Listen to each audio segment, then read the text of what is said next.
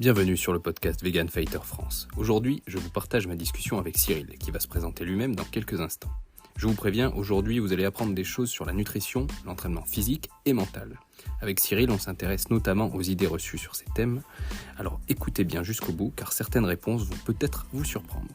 Pensez à vous abonner si ce n'est pas déjà fait, pour ne pas rater nos prochains épisodes, et à nous laisser des évaluations positives et commentaires si le contenu vous plaît. Faites-nous plaisir et prenez 30 secondes pour nous le dire. Voilà, allez c'est parti, bonne écoute à vous.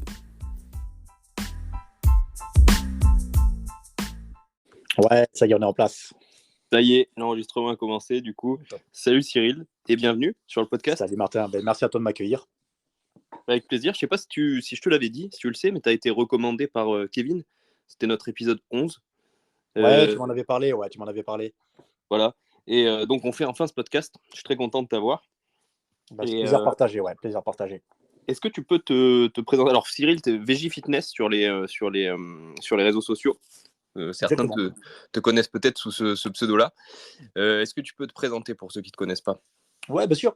Alors effectivement, moi c'est Cyril, sur le réseau c'est VG Fitness. Moi je suis coach sportif, donc ça fait maintenant 8 ans que je coach en physique et à distance. Alors j'ai eu une deuxième vie avant en tant que militaire, j'ai été à l'armée pendant 8 ans aussi. Et j'ai effectué une reconversion professionnelle avec un diplôme d'État et voilà, maintenant j'exerce en tant que coach uniquement depuis 8 ans. Voilà. J'ai 34 ans et voilà. Tu as un parcours martial aussi, il me semble. Tu parlais un peu de sport de combat il y a quelques temps, je crois, sur ta chaîne. Ouais, tout à fait. Alors, j'ai pas uniquement martial, j'ai toujours été fan des sports de contact en général. Alors, je suis passé par des sports de combat comme la boxe anglaise. J'ai fait 2 années en boxe anglaise. J'ai fait de la boxe thaïlandaise aussi pendant 3 ans. J'ai fait du rugby et du football américain. En fait, j'ai toujours été passionné par le contact. Quels que soient les sports, je me suis tenté à la lutte. Ça a été très bref parce que je pouvais tout simplement pas tout faire. Mais voilà, j'ai toujours été passionné par tous les sports de contact en général. Évidemment, tu parlais du foot américain et du rugby.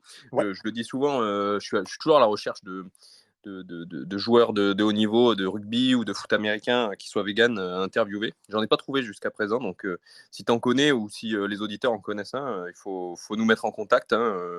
Ce sera avec plaisir qu'on accueillera ce type de personnes. On pourra même en parler tous les deux aussi, vu que tu as pratiqué ces sports-là.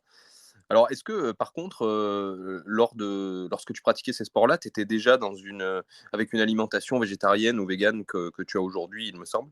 Alors, c'est une très très bonne question. Effectivement, quand j'ai commencé mon premier sport de contact, premier sport de combat, c'était la boxe anglaise, je mangeais toujours de la viande. Et c'est au bout de ma première année de boxe anglaise où j'ai fait cette transition-là. Donc, j'ai pratiqué la boxe thaïlandaise, j'étais végétarien à l'époque. Et quand j'ai pratiqué le football américain, j'étais déjà vegan. Donc, il y a une transition qui s'est faite pendant la pratique de tous ces sports. En termes de temps, on est il y a combien de temps à peu près? Le temps que j'ai disponible, tu veux dire? Non, pardon. Je veux dire, c'était il y a combien de temps que tu as commencé à te dire j'arrête la viande, ce genre de choses? Alors, c'était il y a 7 ans maintenant, c'était en 2016, c'était juin 2016 précisément. Donc ça a été très brutal, hein. Je mangeais la viande à l'époque, je regardais pas mal de vidéos notamment L214 sur les conditions, d'élevage et d'abattage, des animaux et je regardais ces vidéos-là en mangeant un steak. Alors c'était hyper illogique à l'époque et surtout j'avais déjà mon chien à l'époque. Je regardais ces animaux-là et je me disais: «Mais en fait, il y a une totale incohérence de ma part». Et en fait, j'ai fini mon steak et le lendemain, je n'en ai plus jamais mangé. Ça fait 7 ans maintenant. Ah bah tu vois, ça me parle beaucoup ce que tu dis là, parce que j'ai vécu exactement la même chose. J'ai regardé mes premières vidéos d'abattoir avec mon chat à l'époque à côté, qui je lui rends un petit hommage au passage, parce qu'il est décédé cette semaine, après 11 ans. Donc voilà, mercredi matin, il s'est éteint pour la dernière fois, et il s'est endormi pour la dernière fois. Donc je lui rends un petit hommage, un peu triste, désolé de plomber l'ambiance pour les auditeurs et pour toi. Mais sans cet animal qui permettait de faire un transfert à l'époque, je pense que c'est un peu pareil, ce que tu me décris avec ton chien. Peut-être que les choses se seraient passées différemment par la suite. Ça a été utile de lier ce qu'on voyait à l'écran à un être vivant sensible qui n'était pas un humain et qui était dans la même pièce que nous et qui partageait nos vies. Donc, C'est je sais pas exactement si... ça. Voilà. C'est exactement ça. En fait, tu te dis, pourquoi, Quelle est la différence finalement entre ce que tu vois dans ces vidéos-là, des cochons qui ont exactement le même regard en fait. Mmh. Quand tu t'intéresses un petit peu, ils ont exactement le même regard, la vache, peu importe l'animal. Et tu regardes ton chien, ton chat ou ton animal qui partage ta pièce, et tu te dis c'est exactement la même chose en fait. C'est simplement notre perception de ce qu'on nous a toujours appris, de ce qu'on a toujours fait. Et en fait, j'ai une espèce d'électrochoc, de déclic en me disant c'est terminé. Mmh. Et du coup, cette transition, tu l'as faite du jour au lendemain, c'est ça? Absolument, Ouais. absolument. Du jour au lendemain, j'ai fini un steak un soir et j'ai plus jamais retouché à de la viande. Mmh. Tu pas le seul, hein, plusieurs de mes invités ou des gens que je connais ont fait aussi ça du jour au lendemain. D'autres ont besoin de plus de temps. Il y a pas Bien de sûr, bien recette sûr. miracle, mais chacun doit trouver sa façon de faire les choses. Mais ce qui est important, c'est de percuter et de comprendre que ces choses-là sont pas normales, quoi. Exactement, exactement. D'accord. OK, donc c'est 7 ans, est-ce que ta pratique, elle a évolué, ta pratique alimentaire sur ces 7 années? Est-ce que tu as fait des tests, des diètes très différentes entre le début et la fin? Alors, c'était fondamentalement la même chose. J'ai fait une évolution du végétarisme. Donc, le jour où j'ai arrêté la viande, j'ai continué encore pendant quelques temps les sous-produits animaux, notamment les œufs. Alors, le lait de vache, j'ai jamais été fan. Même quand je mangeais la viande, j'en buvais jamais tel quel. J'en mangeais quand il y avait des desserts à base de lait, mais j'ai gardé les œufs. Le fromage, j'en ai quasiment jamais mangé, j'ai jamais aimé ça non plus. Mais j'ai toujours eu cette consommation d'œufs pendant 3 ans, je dirais. Je continue encore les œufs très exceptionnellement. Et puis, pareil, une sorte de prise de conscience à ce niveau-là. Je voyais beaucoup à l'époque les vidéos d'abattage, donc je retirais juste la viande en me disant que c'était juste ça qui était mauvais pour la condition animale, sans me dire que bah, le lait, les œufs et tout ce qui vient de l'animal finalement induisait exactement les mêmes traitements. Donc j'ai fait cette transition du végétarisme vers le véganisme, mais sinon la diète en elle-même est restée fondamentalement même, hein.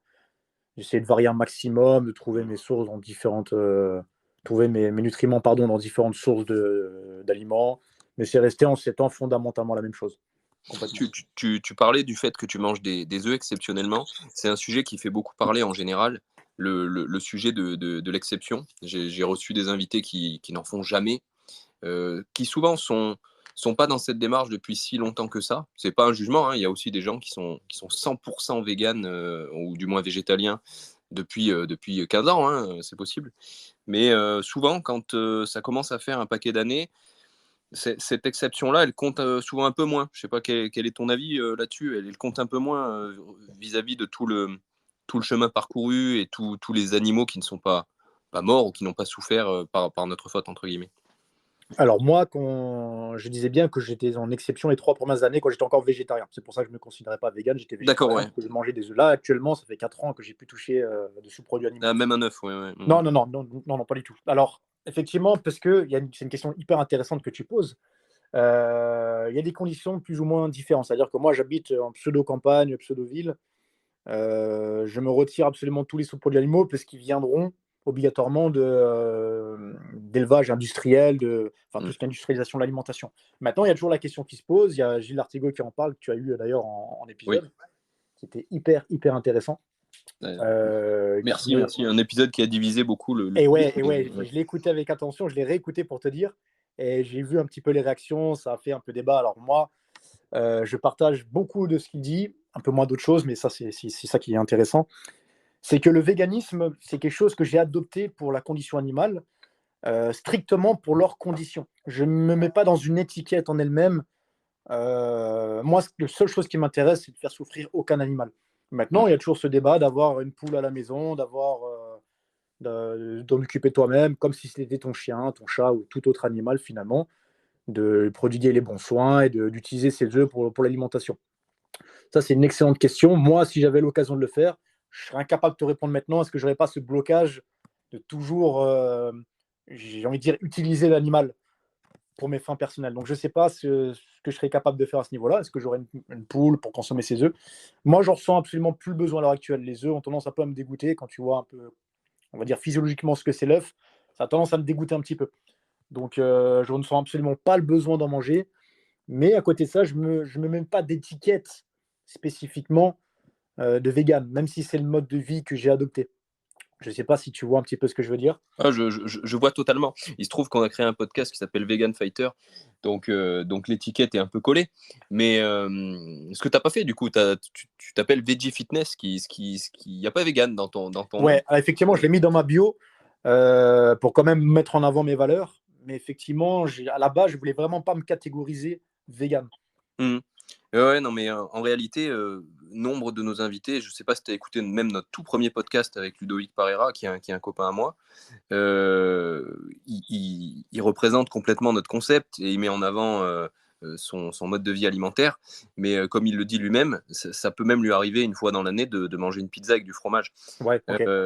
C'est pas quelque chose contre lequel je m'oppose catégoriquement. Bien sûr, moi, si je peux éviter, j'évite à tout prix. Mais il y a une énorme différence entre quelqu'un qui mange une pizza au fromage une fois par an et quelqu'un qui en mange toutes les semaines, tu vois, voire Bien plusieurs sûr. fois par semaine. Bien sûr, exactement. Disons que si on en était là, pour tout le monde, le débat n'existerait pas. Et exactement. En fait, il y a Marco Poischi, je ne sais pas si tu connais sur Oui. Instagram, j'aime beaucoup son contenu, qui partageait une phrase, je la partage régulièrement. Le monde n'a pas besoin de parfait vegan dans sa totalité. Il a besoin de plein de gens, de milliers de gens, de millions de gens qui se responsabilisent sur leur consommation. Ce n'est pas Oui, le terme exact qu'il emploie, mais c'est le message qu'il a fait passer. oui, Je suis je entièrement vois bien. d'accord avec ça. Je suis d'accord. Et paradoxalement, tu vois, il avait partagé à un moment donné une vidéo, une story où il disait que pendant très longtemps, il avait fait des exceptions ponctuelles et qu'il avait finalement pris la décision de n'en faire plus du tout. Je connais beaucoup de gens qui ont fait l'inverse, dont je fais quelque part partie, même si ça reste très exceptionnel. Les deux s'entendent. Ce qui compte, c'est de ne pas encourager ce système de manière globale. Complètement, complètement. Voilà. C'est exactement C'est un ça. message qui est important, qui évite aussi de... Parce qu'il y a beaucoup de gens qui sont impactés par l'aspect social. Je ne sais pas si c'est trop ton cas, je ne pense pas. Plus du tout Mais maintenant, non, plus du tout maintenant. voilà, mais il y a certaines personnes, je pense notamment aux personnes mineures qui nous écoutent, qui vivent chez leurs parents, qui n'assument pas financièrement leur alimentation, par exemple. C'est parfois un peu difficile d'imposer votre mode de vie, même pour vous-même, à toute votre famille, surtout si vous dépendez d'autres personnes. Ce qui est important, c'est de faire le mieux que vous pouvez. Exactement. Exactement. En fait, c'est tout à fait ça. Il ne faut pas se culpabiliser non plus. Il y a une prise de conscience qui a été faite. C'est la raison majoritaire pour laquelle les gens font une bascule. En tout cas, le serait de la viande. Et il y a souvent cette culpabilité de se dire, j'arrive pas, que ce soit financièrement, parce que, comme tu dis, je suis un étudiant, j'ai pas de moyens et mes parents n'acceptent pas forcément. Donc, ils vont quand même manger des produits ou des sous-produits animaux de par leur famille, leur entourage. Ils vont culpabiliser derrière et pas oser exposer un peu leurs valeurs parce qu'ils n'arrivent pas à les respecter autant qu'ils le voudraient.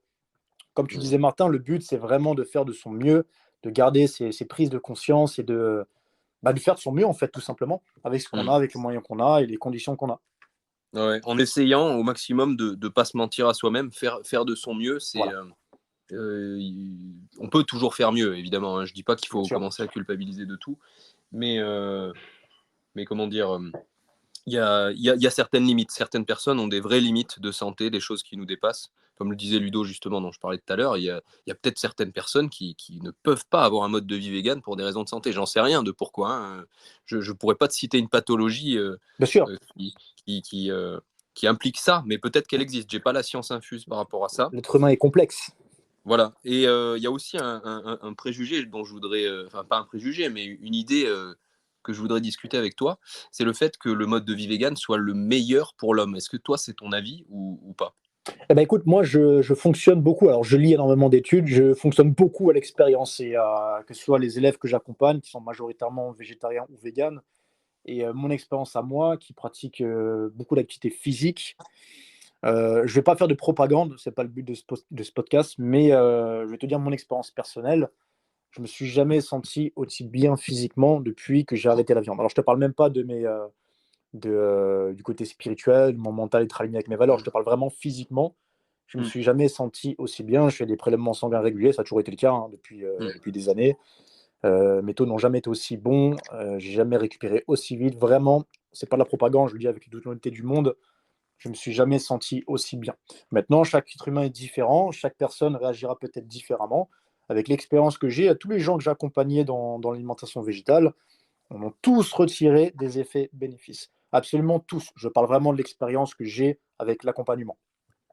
Donc je pense, encore une fois, comme tu le disais, je n'ai pas la science infuse, je suis loin de l'avoir. Il y a peut-être des cas sur cette planète, des pathologies ou des physiologies différentes qui pourraient ne pas y trouver des bénéfices, ou l'inverse. J'en ai pas rencontré en tout cas. Donc je pense que Non, c'est vraiment une alimentation qui est optimale, vraiment. c'est pas mon cas non plus, mais voilà, il faut toujours se laisser le bénéfice du doute. Ce Exactement. qui est sûr et certain, c'est que l'exemple des élèves que tu as eu, de toi-même, de moi-même et des autres invités du podcast, ce qu'il faut que ça allume comme lumière dans la tête de l'auditeur qui se pose des questions aujourd'hui pour faire une transition peut-être vers un mode alimentaire plus végétal, c'est que ça vaut au moins l'expérience. Ça vaut au moins la peine de tenter l'expérience. Il faut s'enlever de la tête que, même si c'est très rare de revenir en arrière, hein, je pense qu'il faut s'enlever de la tête que tu es vegan ou pas vegan du tout. Tu vois, tu peux très bien faire des expériences, tenter une semaine, revenir, tenter un repas par semaine, puis 2, puis 3. Personne n'impose un saut dans un précipice de végétaux, quoi. Ouais, c'est exactement ça. C'est ce que je dis souvent à des gens qui démarrent avec l'accompagnement que je propose. Il y a souvent cette justification de la part des nouveaux élèves quand je les ai en visio ou même en physique pour ceux qui sont dans ma zone. Cette justification de leur part de se dire non mais Cyril, moi, alors, je suis pas le vegan parfait, j'ai du mal. En fait, il faut vraiment se déculpabiliser. Et de toute façon, je suis là aussi là pour les accompagner.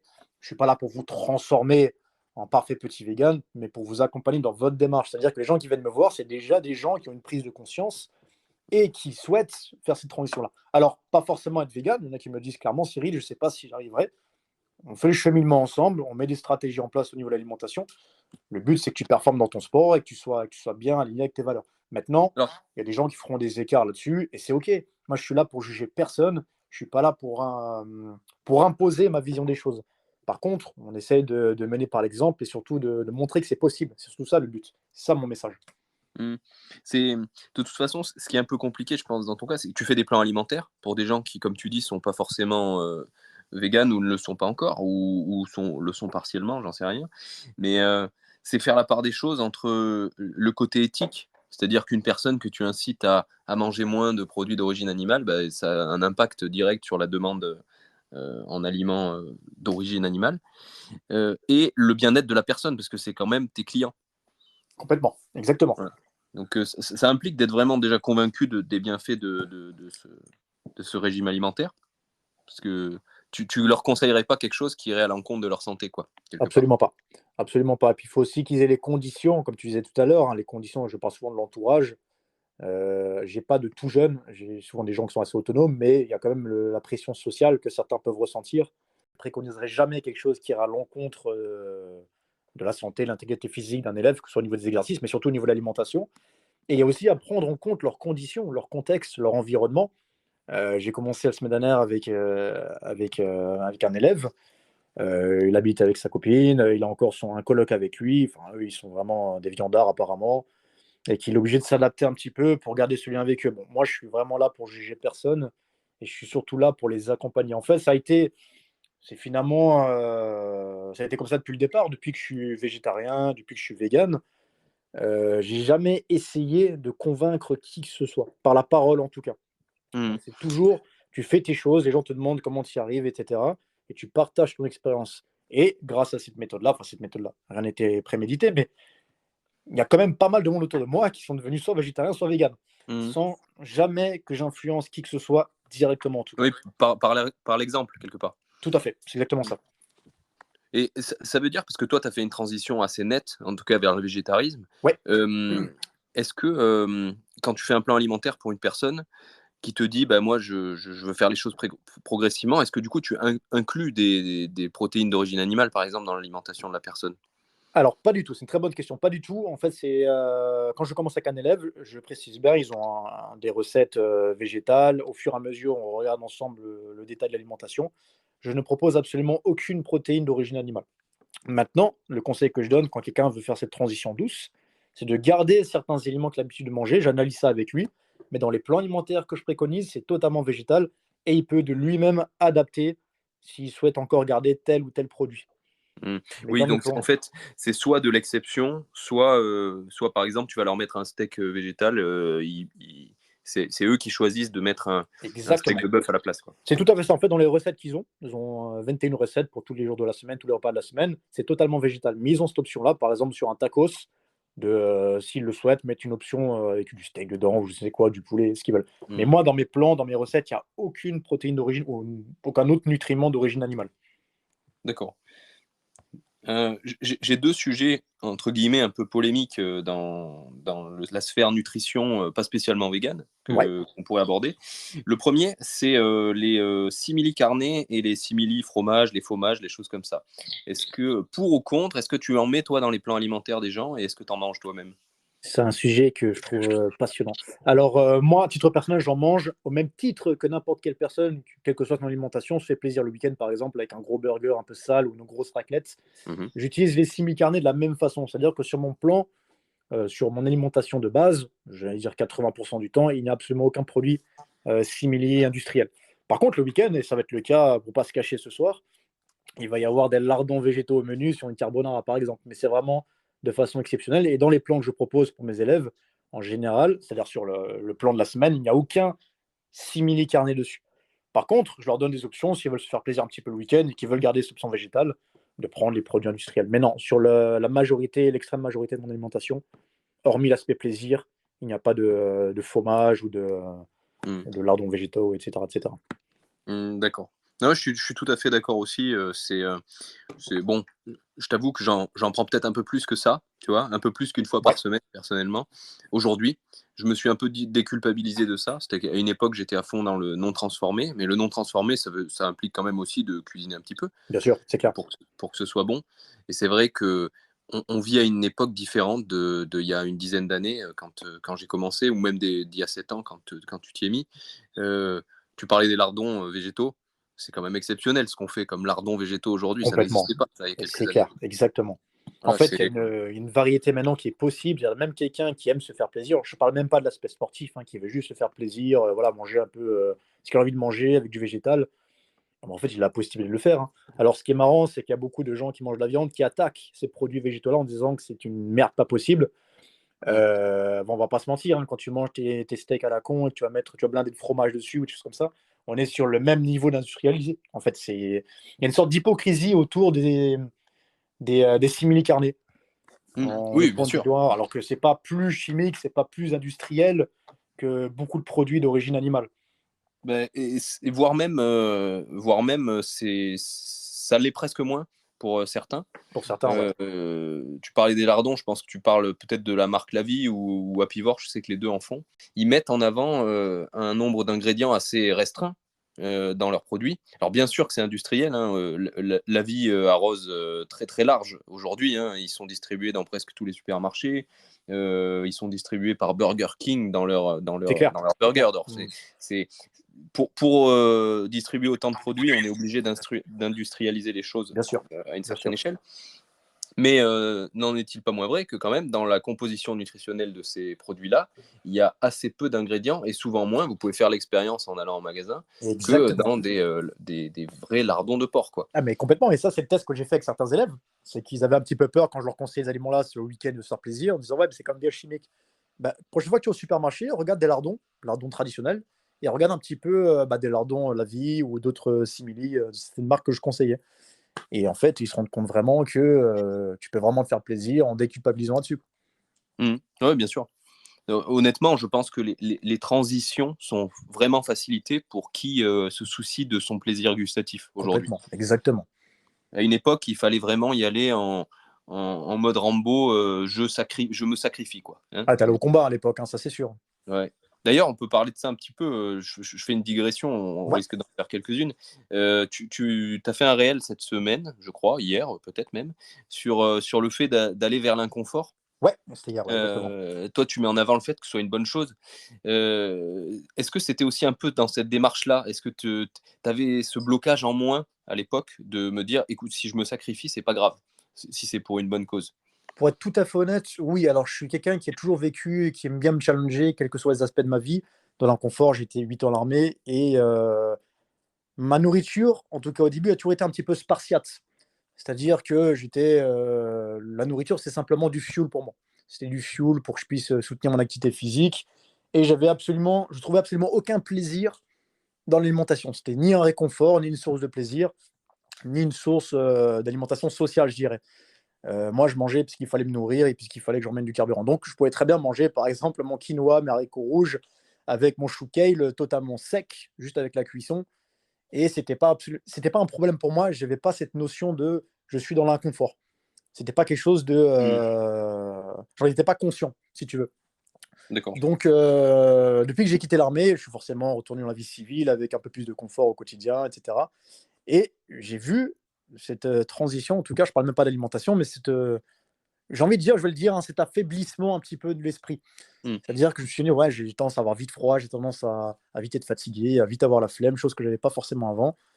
Et depuis ce jour-là, c'est-à-dire 6 mois après mon départ de l'armée, j'ai décidé de me mettre constamment dans l'inconfort. Quitte à faire des séances en extérieur quand il fait froid, quand il pleut, je vais sortir faire de l'exercice. Ça peut paraître bête, ça peut paraître con. On peut se dire, le mec, qu'est-ce qu'il est en train de faire? Mais c'est vraiment quelque chose qui m'aide à garder un esprit fort et ne pas être pris par des flemmes et par la procrastination, même dans mon travail. Hein. Mm. Ouais, je te rejoins complètement. C'est quelque chose que tu vas pas forcément kiffer sur le moment quand tu vas courir sous la pluie. Ah non, c'est sûr, exactement. Mais par contre, tu en tires une satisfaction particulière quand tu reviens, quand c'est fait. Exactement ça. Et c'est ça qu'on recherche sûrement, je pense. Mais c'est exactement ça. On dit souvent, mais tu aimes faire ça? Bah, la réponse est non. Clairement, c'est exactement ce que tu viens de dire. Je prends aucun plaisir à courir trempé. Je prends aucun plaisir à être en t-shirt dehors en hiver, à faire mes exercices. J'en tire aucun plaisir instantané. Par contre, les bienfaits qui vont s'en ressentir derrière sont particuliers. Et puis surtout, sur du long terme, tu as un mental qui est quand même beaucoup plus costaud et capable d'assumer beaucoup plus de choses dans ta vie. Et ça se retranscrit sur d'autres aspects que simplement ta condition physique, dans ton travail, tes relations avec les gens, la pression que tu es capable d'assumer, les responsabilités sur tes épaules, tout ça. Mm. Et c'est vraiment des choses qui m'aident au quotidien en fait, à continuer à m'élever et à fournir, par extension, une prestation de qualité aux gens que j'accompagne. Mm. Bien sûr. Je sais pas si tu avais eu l'occasion, pendant que tu pratiquais les sports de combat, de faire des combats amateurs, peut-être. Ouais, j'en ai fait, ouais. Je trouve que c'est un peu dans le même esprit. C'est jamais un kiff, quoi. C'est exactement ça. Le moment, à moins que tu aies une différence de niveau énorme avec ton adversaire, mais le concept en général, quand tu fais un combat amateur, c'est que tu tombes pas contre un mec qui a 10 fois ton niveau, Complètement, ni l'inverse. exactement. C'est pas un kiff. Hein. Enfin, moi, j'ai aimé pratiquement aucun combat sur le moment. C'est pas du tout un plaisir. C'est pas du tout un plaisir. On va pas se mentir, c'est pas du tout un plaisir. Mais la satisfaction que tu en retires après, je pense qu'il n'y a pas de. En fait, je vais être un peu plus loin dans le raisonnement, si tu me le permets. J'ai jamais été fan d'un sport en particulier sous l'aspect compétitif. C'est-à-dire que j'ai toujours aimé les sports de contact parce que c'était cette partie qui me manquait de. Je m'entraîne pour être performant dans la vie en général. Je vais dire une grosse connerie. Le jour où il y a une invasion de zombies et qu'on est tous dans la merde, je ne vais pas être le premier à crever. Voilà. Donc en fait, c'est vraiment cet aspect-là d'affrontement qui me manquait. Donc j'ai jamais voulu être boxeur, j'ai jamais voulu être rugbyman ou American footballer, mais j'ai toujours voulu cet affrontement, savoir me débrouiller face à un opposant quel qu'il soit. Donc effectivement, je ne retirais absolument aucun plaisir sur un combat. C'est quelque chose que je me suis forcé un peu à faire au départ. Mais il y a une sorte de satisfaction qui en résulte en fait après. Et c'est quelque chose aussi, sur le même titre que faire ces séances dehors, ou toutes les zones d'inconfort que tu vas avoir, qui t'élèvent sur du moyen et long terme. C'est ça que je retrouvais dans les affrontements. Tout à fait d'accord. C'est pareil. Hein. Personnellement, je stresse à un niveau incalculable avant toute compétition. C'était très vrai pour la boxe. Ça l'est un poil moins pour les sports de préhension comme le jiu-jitsu brésilien. Parce que quand même, quand tu prends pas des coups dans la gueule, c'est un peu moins stressant. Mais il y a quand même du stress. Parce qu'en face, tu as un gars qui essaye quand même de te faire mal. Hein. Complètement. Et il n'y a aucun plaisir, ni avant, ni pendant. Par contre, plus je ressens cette peur et cette envie de pas y aller, plus je me dis il faut y aller. Il faut y aller. Exactement. Et c'est là que ton mental il s'élève et c'est là que tu travailles. C'est ça. Je pense que celui qui a un pur kiff à faire les choses, il travaille pas tellement son mental et il devrait presque chercher quelque chose de plus inconfortable. Et c'est exactement, tu viens de résumer une énorme partie, c'est tout à fait ça. À partir du moment où tu es confortable avec une situation, qu'il était peut-être inconfortable avant, c'est là que tu vas te challenger, en tout cas sur mon point de vue, c'est là que tu vas te challenger sur quelque chose qui va te mettre dans l'inconfort. Si tu prends plaisir, tu n'as aucun stress à avoir un combat, tu n'élèves plus ton mental. Tu as passé Oui, déjà une oui. étape que les autres n'ont pas encore passée, donc il faut que tu ailles chercher l'étape suivante. Et même, j'ai envie de te dire, même pour la performance, parce que là, tu parlais du fait que tu n'étais pas trop dans la performance sportive en soi, le kiff de la performance, mais en réalité, tous les grands champions sont des grands stressés, des gens qui ont très peur Complètement. de perdre, notamment. Alors, parfois, c'est juste la peur de perdre, au-delà de la peur de se blesser, parce qu'à haut niveau, bon, voilà, tu as des risques, mais tu as quand même un, c'est surtout la peur d'avoir l'air bête, d'avoir ta réputation entachée, ce genre de choses. Mais en tout cas, il y a beaucoup d'anxiété, donc ça crée de l'inconfort. Et je crois que j'en avais parlé avec Alex Font, je ne sais plus quel numéro 12, du fait que moi j'ai perdu un combat contre un gars que j'avais battu, clairement sur l'aspect mental, parce que j'ai fait un sparring avec lui sur le ring, quoi. Ok. Tu vois, c'est-à-dire que Ouais, je vois, je vois. c'était mon 10e ou 11e combat, je crois, en boxe pied-point. Donc je commençais à être à l'aise, être vraiment trop à l'aise. Et j'ai fait un sparring sur le ring avec lui, c'est-à-dire que j'étais dans le même esprit que quand je faisais du sparring à la salle, à l'entraînement. Ok, Et je ok, perds le ok. combat sur l'agressivité, donc de très peu. Un jour, je mettrai peut-être, s'il y a des auditeurs qui sont intéressés, la vidéo du combat que j'ai encore, Moi, ça m'intéresse. pour pouvoir comparer avec le combat d'avant. J'ai les deux. J'ai le combat que j'ai gagné, au point aussi, hein, parce que j'ai pas fini ce gars-là. J'en parlais avec Alex, je l'ai pas fini parce que je dominais tellement le combat qu'à la fin, je me suis dit, je mène largement. Il est inutile de m'acharner sur ce mec. Donc déjà, c'était une Ouais, première erreur, entre guillemets. c'est Alors, clair. je suis heureux d'avoir ressenti ça parce que sur l'aspect compassion, c'est en lien avec mes valeurs. Mais par contre, sur l'aspect martial, combat, c'est un très mauvais réflexe sportif parce que tu sais jamais si tu as gagné un combat, si tu n'as pas fini ton Complètement, adversaire. c'est clair. C'est clair, et c'est là, tu dis un truc intéressant. Il y a ces deux aspects-là que tu as ressenti, que je ressens aussi. Il y a cet aspect combativité. Je parle vraiment à l'aspect martial et sportif. Et cet aspect compassion, tu vas dominer un combat où tu n'as pas forcément envie de faire mal en tant que tel. Tu as envie de gagner ton combat, mais quand tu vois que tu domines le combat, tu as dit le terme, tu n'as pas envie de t'acharner sur lui. Ben non, Donc, quand des tu fois, tu es es sur tiraillé lui, entre les deux. c'est ça. Et du coup, j'ai commis cette erreur de sous-estimer la chose, de faire mon deuxième combat avec ce mec quelques mois après, de la même façon, comme un jeu, un petit peu, tu vois. Ouais, je Sauf vois. que lui, il avait perdu son combat, il s'était pas fait mettre KO, il était déter à fond à me détruire. Il m'a pas détruit, mais bah, voilà quoi. Du point de vue des juges, quand tu as un combat qui est serré, il y en a un qui est très agressif, l'autre qui l'est moins. Exactement. Ça Voilà. va jouer dans la balance, ouais, complètement. Et c'était mon dernier combat en boxe pied-point. D'accord. Je me suis dit que c'était un signe que j'avais fait un petit peu mon chemin. J'avais récupéré ce que j'avais à récupérer dans ce sport-là. Aujourd'hui, je fais des petites vidéos. Je sais pas si tu as vu, on fait de temps en temps des Si, petites j'ai vu, ouais. vidéos. Ouais, ouais, bien Je sûr. remets les gants. Parfois, mon niveau me fait peur hein, quand je regarde ces vidéos par rapport à une période où je misais tout là-dessus. Mais ça fait plaisir, mais c'est du jeu. Hein. Je fais un sparring contre Raphaël Yodra en vidéo. Il m'allume pas comme s'il montait sur un ring pour de vrai, quoi. Bien sûr, ouais, ouais, il y a vraiment cette différence, le sparring et la compétition en elle-même. Donc j'incite quand même les gens à faire cette expérience de la compétition, même si je la fais plus en boxe. C'est une superbe expérience d'inconfort comme ce dont tu parlais un peu avant, quoi. Et ouais, c'est très formateur, ouais, c'est très formateur. Voilà. Ok, donc on a fait une belle petite digression. Je reviens au sujet un peu polémique. On a parlé des simili-carnés. Ouais. Le sujet des compléments alimentaires. Est-ce que toi, tu prends ou conseilles des compléments alimentaires en particulier? Alors pour les conseiller, j'en conseille. Ça m'arrive d'en conseiller. Il faut analyser vraiment son alimentation et ses conditions de vie. Je vais d'abord parler de mon cas à moi. Les seuls compléments que je prends, le seul complément que je prends, pardon, c'est la vitamine B12. Très occasionnellement, je me complémente en protéines en poudre. Hein. J'ai une alimentation qui est assez riche. Je tourne à 4000 kcal par jour. Donc je n'ai pas forcément le besoin de me supplémenter, ni même en protéines au quotidien. J'en ai suffisamment dans l'alimentation. Maintenant, les périodes de grosse activité physique, quelle qu'elle soit, je vais me supplémenter un petit peu quand je ressens le besoin ou quand je vois vraiment que j'ai une journée où j'arrête pas avec mes activités et tout ce que je fais à côté.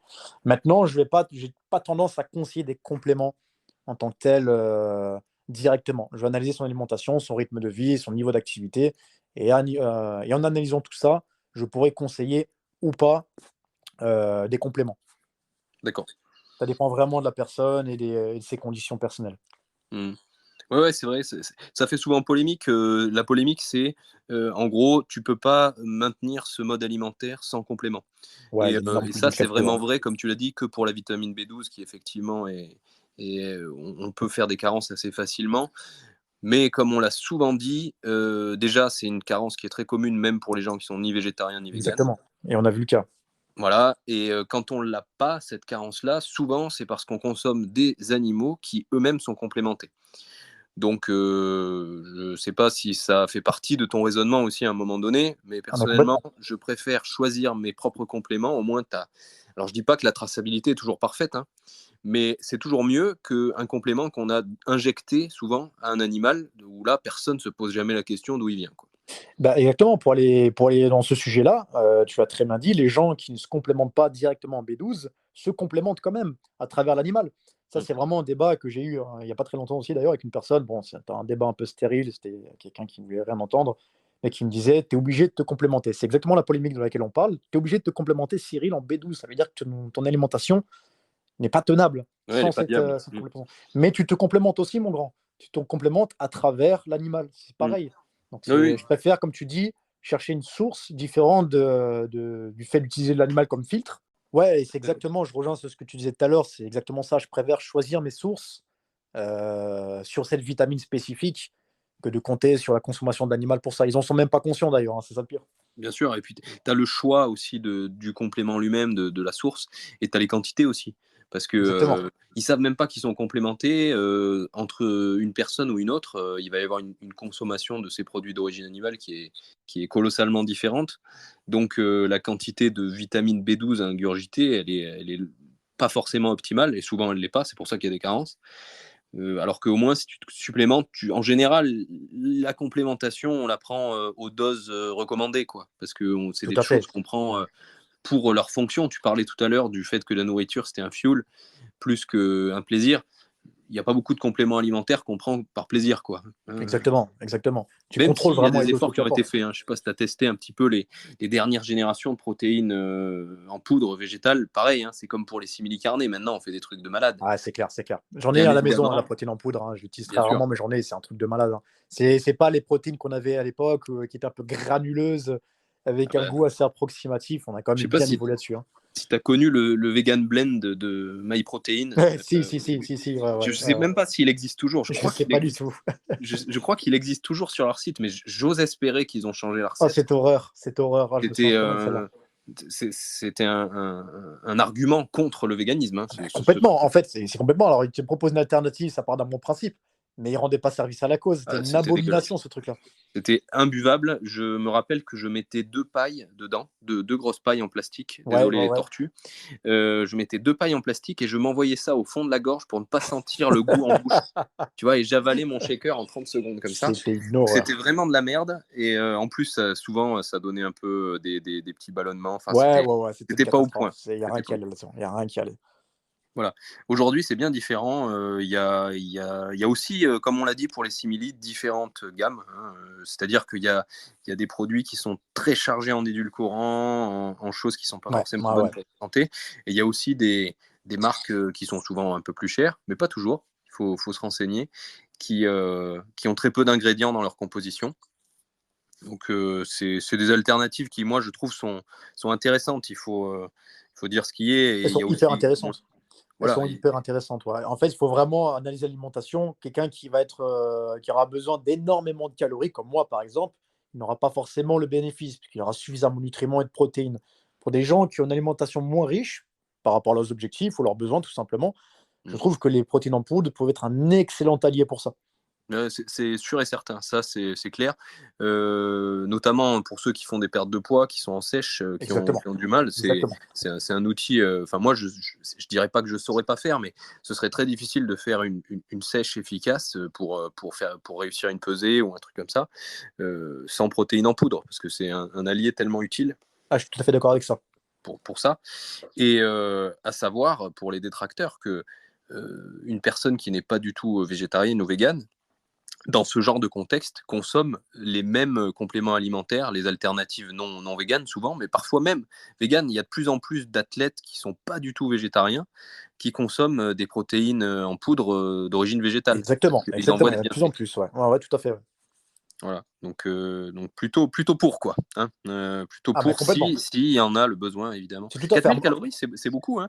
Tu pèses combien? C'est quoi ton poids actuel? Alors, je suis 1m83, je fais 89 kilos à l'heure actuelle. 89 kilos, D'accord. je suis stabilisé là-dessus.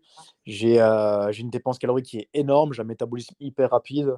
Mmh. Juste ces 4000 calories me permettent de maintenir ce poids-là. J'ai eu, Mmh. à l'époque, c'est plus du tout le cas maintenant, parce que je m'intéresse moins à l'esthétique, mais des périodes de, entre guillemets, prise de masse, où je Mmh. montais à 4005, voire 4006 sur les périodes de forte activité, pour espérer gagner un petit peu de poids. Ça fonctionnait, mais voilà, c'est pas quelque chose qui me passionne à l'heure actuelle. Mais ouais, les 4000 calories, c'est juste pour maintenir mon poids, parce que je me sens bien que ce poids-là, ça me permet quand même de Mmh. performer dans ce que je fais et d'être à l'aise. Aujourd'hui, tu sais que tu es à 4000 calories parce que tu as globalement toujours la même diète, ou est-ce que c'est quelque chose est-ce que tu pèses tes aliments au quotidien, tu mesures? J'ai pesé pendant des années. Alors maintenant, c'est plus du feeling et je pèse quand même, enfin je pèse, je retraque une fois toutes les 2 semaines pour voir que je suis toujours aligné avec ces 4000 kilocalories. Parce que c'est rapide de dévier en pensant qu'on connaît notre diète. On rajoute des petits aliments par-ci par-là dont Ouais. on n'a pas l'habitude et on monte rapidement à 4003 ou l'inverse, on redescend rapidement à 3005 par exemple dans mon cas et on voit une petite perte de poids. En analysant un petit peu, ben, rapidement, on s'aperçoit que soit une quantité en moins, soit un aliment en moins. Donc, je traque quand même toutes les 2, 3 semaines. Je me fais un Oui, petit oui, checking sur une semaine, voir où j'en suis au niveau des kilocalories c'est pour c'est réaligner. assez fréquent, hein, quasiment une fois par mois, voire un peu plus, toutes les 2 semaines. C'est, moi, je fais ça une fois par an pour te dire, Ok, comparatif. C'est-à-dire que je me prends pas trop la tête, la plupart du temps. Bien sûr, sauf si j'ai une pesée à faire, dans ce cas-là, bien je sûr. je me restreins, mais le reste du temps, je mesure pas tout ce que je mange. Mais comme beaucoup de sportifs, je pense, on mange quand même toujours presque la même C'est chose. clair, c'est clair. Mais comme tu dis, on rajoute des petits trucs par-ci par-là, ça dévie dans un sens ou dans l'autre. Et c'est vrai qu'une fois par an, parfois j'ai des surprises. Souvent j'ai des surprises quand même, hein. Il y a une déviation qui s'est faite dans un sens ou dans l'autre. Ouais, c'est clair. Vraiment dans un sens ou dans l'autre, hein. C'est-à-dire qu'il y a des Ah, ben fois où c'est je ce me que je rends disais, compte ouais, que j'ai complètement. intégré des aliments hyper caloriques et qu'en fait j'explose mon total calorique. Et d'autres fois où je me rends compte, mais attends, mais ça fait 6 mois que je mange vraiment pas assez en fait. Et je me Ouais, rends c'est pas clair. compte. D'où l'intérêt de faire des petits checks réguliers. Alors, les macros, je les regarde tout le temps. En général, maintenant, avec l'expérience, j'arrive à bien les calibrer. À partir du moment où j'ai mon total calorique, les macros sont plus ou moins équilibrés. Je check Oui. quand même par acquis de conscience, mais en général, tout est aligné. Moi, j'ai Si eu souvent les calories sont. des petites surprises au niveau des lipides. C'est le truc dont je me rends pas compte que j'en rajoute. Tu vois, c'est de temps en temps un petit pot de houmous par-ci par-là, et en fait, tu Eh, ça va vite. exploses ton total de lipides, quoi. Ça va vite, ouais, ça va vite. Ouais, ouais. Bon, après, je sais pas ce que tu en penses. Tiens, ton avis m'intéresse par rapport à ça. C'est si tu te rends compte que tu dévis alimentairement pendant 6 mois, mais que tu l'avais pas remarqué. Est-ce que quelque part, c'est-à-dire que physiquement, tu as pas changé, quoi. Est-ce que quelque part, ça veut pas dire que tout ça, c'est pas si important que ça? Alors l'alimentation, je vais te dire clairement ce que j'en pense. Alors ça va être interprété, je pense que ça va diviser. Elle n'est pas aussi importante qu'on voudrait nous le faire croire. En fait, c'est comme l'entraînement, il y a beaucoup de gens qui complexifient beaucoup de notions pour se rendre indispensable derrière. Donc en fait, l'alimentation, bien sûr qu'elle est importante, moi je vais te dire, elle est surtout importante pour l'aspect santé. Ça, pour ton capital santé, je trouve qu'elle est Mmh. indispensable. Par contre, pour tes performances, elle va jouer un rôle, clairement, mais je pense que c'est pas aussi important qu'on voudrait le faire croire. Ouais, Je le dis très je suis clairement, hein, sans le développer, hein. tout à fait d'accord. Les vraies transformations, c'est-à-dire une vraie perte de poids significative ou une vraie prise de poids significative, souvent, il faut exagérer au niveau de l'alimentation dans un sens ou dans l'autre pour la provoquer. Mais de mon expérience de sportif, je sais pas si c'est pareil pour toi, si tu fais des petits changements, ça se voit pas, hein, physiquement. Non, exactement. En fait, c'est ce que j'expliquais, enfin, c'est ce que je voulais dire dans la notion de complexification. Il y a des gens qui vont te modifier tes kilocalories, vont te vendre un programme alimentaire en te disant: «OK, à partir de la semaine prochaine, on va monter de 50 kilocalories». J'extrapole, hein, on Mmh. n'est pas à ce point-là, mais presque. Oui, oui, mais je vois Heu, très bien. Ces changements-là, c'est tellement subtil et ils vont dépendre de tellement de facteurs au quotidien, de ta dépense calorique, par exemple, que tu ne peux pas contrôler, contrairement à ce qu'on dit, hein. Ta dépense calorique, tu ne la contrôles pas. Mmh. Bien sûr, tu peux réduire l'activité physique, bien sûr que tu peux l'augmenter, mais c'est des paramètres tellement subtils que de modifier 100 kilocalories par-ci par-là, la plupart du temps, j'ai bien la plupart du temps, ça n'aura pas d'impact direct. Oui, parce que déjà le corps s'adapte, il s'adapte, c'est-à-dire que ton métabolisme de base peut s'adapter, mais en plus, toi-même, si tu manges moins, tu peux avoir tendance à moins t'agiter et donc consommer moins. Donc c'est ce que je te voulais dire par exagération, c'est-à-dire que en exagérant le déficit calorique très largement, effectivement que tu finis par perdre du poids, mais c'est pas du 50 ou 100 kilocalories qui va faire la différence, quoi. Complètement. Et comme tu dis, le corps s'adapte à énormément de choses. Le corps s'adapte à énormément de choses. Tu lui imposes une alimentation d'un côté ou de l'autre, il va s'adapter. Mais voilà, c'est ce qu'on nous vend aussi sur des grosses transformations. Je parle souvent de chiffres, hein, de perte de poids. On connaît tous hein, les nanas qui ont dit ouais, ben moi, j'ai jamais fait de sport, j'ai perdu du poids, j'ai suivi tel ou tel régime. On t'analyse sur régime, elle a 800 kilocalories par jour. Forcément, tu vas perdre du poids. Tu arrêtes de manger, tu vas perdre du poids aussi. Mais alors, ils te vendent que tu n'as pas besoin d'activité physique pour ça. Et Ce qui bien est une sûr. catastrophe monumentale. Et oui, bien sûr. Ça je l'ai toujours dit. Il y a des gens un peu qui sont dans ce délire, je sais pas si tu as déjà eu, ils commencent par apprendre à bien s'entraîner et ensuite ils apprendront à bien manger, ou l'inverse. Ouais, C'est, complètement. après, je pense que tu es du même avis que moi, mais c'est une énorme connerie. C'est deux choses qui vont vraiment ensemble, quoi. Bien sûr, en fait, c'est exactement ce que tu es en train de dire. Le nombre de personnes que j'ai vues, même à l'époque où je travaillais en salle ou maintenant avec les élèves, qui disent Cyril, je vais d'abord mettre en place l'alimentation. Une fois que je serai calibré, je commencerai l'activité physique. Ou l'inverse, comme tu dis, hein, je commence d'abord l'activité physique, on verra pour la diète plus tard. Non, c'est des choses qui vont de pair ensemble. Il y a pas de... Ça ne doit pas être séparé en soi. Ben, en principe, et là je parle aux auditeurs, vous ne vous entraînez pas en même temps que vous mangez, donc c'est indépendant, quoi. Exactement. Enfin, c'est indépendant et ça va de pair, quoi. C'est beau ça. Bah oui. Enfin, si vous vous entraînez en même temps que vous mangez, c'est quand même un peu bizarre, hein. Et je la réutiliserai celle-là, Martin, je la réutiliserai celle-là. Voilà. Avec plaisir. Sauf pour l'endurance. Mais d'ailleurs, j'ai beaucoup de mal, ça. Je sais pas si toi, je sais que tu cours. Ouais. Moi aussi, je cours un petit peu. J'ai fait des Spartan Race là, cette année. Je vais en refaire peut-être une ou deux cette année. J'aime bien ces concepts-là qui sont à la fois endurance et en même temps, il y a un peu des épreuves de force dedans. Ouais, complètement. J'aime beaucoup ces trucs. Et même dans d'autres organisations que Spartan, j'aimerais bien en faire d'autres aussi cette année. Je trouve que c'est des challenges. Vraiment, j'ai emmené des gens, des collègues de travail, peut-être certains qui m'écoutent aujourd'hui, qui sont vraiment allés chercher ce côté combat un petit peu contre soi-même, Ouais, complètement. que j'avais un peu moins parce que quand tu connais, hein, quand tu t'es battu sur un ring ou ce genre de truc, c'est pas ramper sous des barbelés qui vont te faire peur, tu vois. Complètement. Mais quand même, il y a un peu de ça. Il y a un peu de ça dans ces épreuves, j'aime beaucoup. T'as le froid, t'es mouillé, c'est des épreuves qui sont longues. La dernière, c'était 21 km que j'avais fait. C'est assez long. Et tout ça pour dire qu'on te conseille sur de l'endurance longue distance de manger pendant ton effort, de Ouais, manger des barres. c'est ce qu'on entend C'est souvent. Ouais. la pire expérience personnellement de ma vie de sportif. C'est-à-dire que à chaque fois que j'ai tenté de manger quelque chose pendant un effort, je l'ai mal vécu. Je sais pas si c'est quelque chose que tu pratiques. Alors, je prends le risque d'être souvent d'accord avec toi, mais en fait, je vais te dire ce que j'en pense. Manger, à moins que tu pars sur des ultra-trails, des choses sur des heures, des jours. Moi, j'ai expérimenté le fait de manger pendant une course. Je trouve que c'est une connerie monumentale. Je trouve que c'est, comme tu dis, en fait, j'ai jamais été aussi peu à l'aise dans une course d'endurance ou quelle qu'elle soit après avoir mangé. Tu vois, après, ça rentre aussi dans l'aspect mental que j'expliquais tout à l'heure. J'ai une vision un petit peu particulière de l'entraînement pour mon propre compte. Quand je vais commencer une course, une compétition, quelle qu'elle soit, je dois me concentrer dans ma course, dans ma compétition, dans ce que je fais. J'ai absolument pas l'envie, ni le temps, ni le quoi que ce soit, de penser à me nourrir pendant. Sauf, encore une fois, j'ai jamais fait, hein, mais si un jour je pars sur un ultra trail en montagne, je pars pour 3 jours. Bien sûr, je vais avoir du bagage Oui, nutritionnel. évidemment. Oui. Mais on parle de Spartan Race que tu vas clôturer en 2, 3, 4 heures pour certaines. Mm. Pour moi, il n'y a absolument aucune nécessité de se nourrir pendant ce genre de course-là. Le corps s'adapte à ça. Il est fait pour ça. Surtout si tu as mangé quelques heures avant la course. Exactement. Tu ne sors pas d'un jeûne. Si tu sors d'un jeûne, effectivement, on va avoir un problème. Par contre, le corps, il est fait pour ça. Le corps humain, il est fait pour l'endurance. Il est fait pour emmagasiner des tâches relativement extrêmes sans se nourrir. Ben oui, bien sûr. Ouais, bah, tout à fait d'accord. Tu as le droit d'être d'accord avec moi, hein, c'est très bien. Ah, ça commence à me poser problème un petit peu, Martin. Là.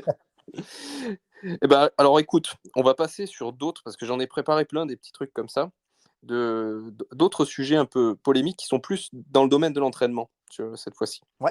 Alors, il y a un cliché qui a la vie dure, j'en ai même un peu parlé avec d'autres invités, c'est le fait que les exercices de musculation rendent lents les combattants. Par exemple, un boxeur, ça va le rendre plus lent de faire de la musculation, donc il faut surtout pas qu'il en fasse ça. Il y a Ouais. encore beaucoup de coachs qui ont ce discours-là, de coach. Je te mets des gros guillemets sur coach. Je te parle de gens qui entraînent dans des clubs. Ça, c'est hyper intéressant comme sujet. Alors, qu'est-ce que tu en penses? Ce que j'en pense, c'est très simple. Alors, en fait, il y a énormément, en fait, je vais reprendre un petit peu tes termes, mais beaucoup d'entraîneurs, coachs, préparateurs physiques, je ne sais pas comment les qualifier, mais qui déconseillent, quel que soit le sport. On parle des combattants, mais on parle des gens. J'ai coaché un golfeur pendant longtemps, quel que soit le sport, en basket, d'éviter les travaux de renforcement musculaire.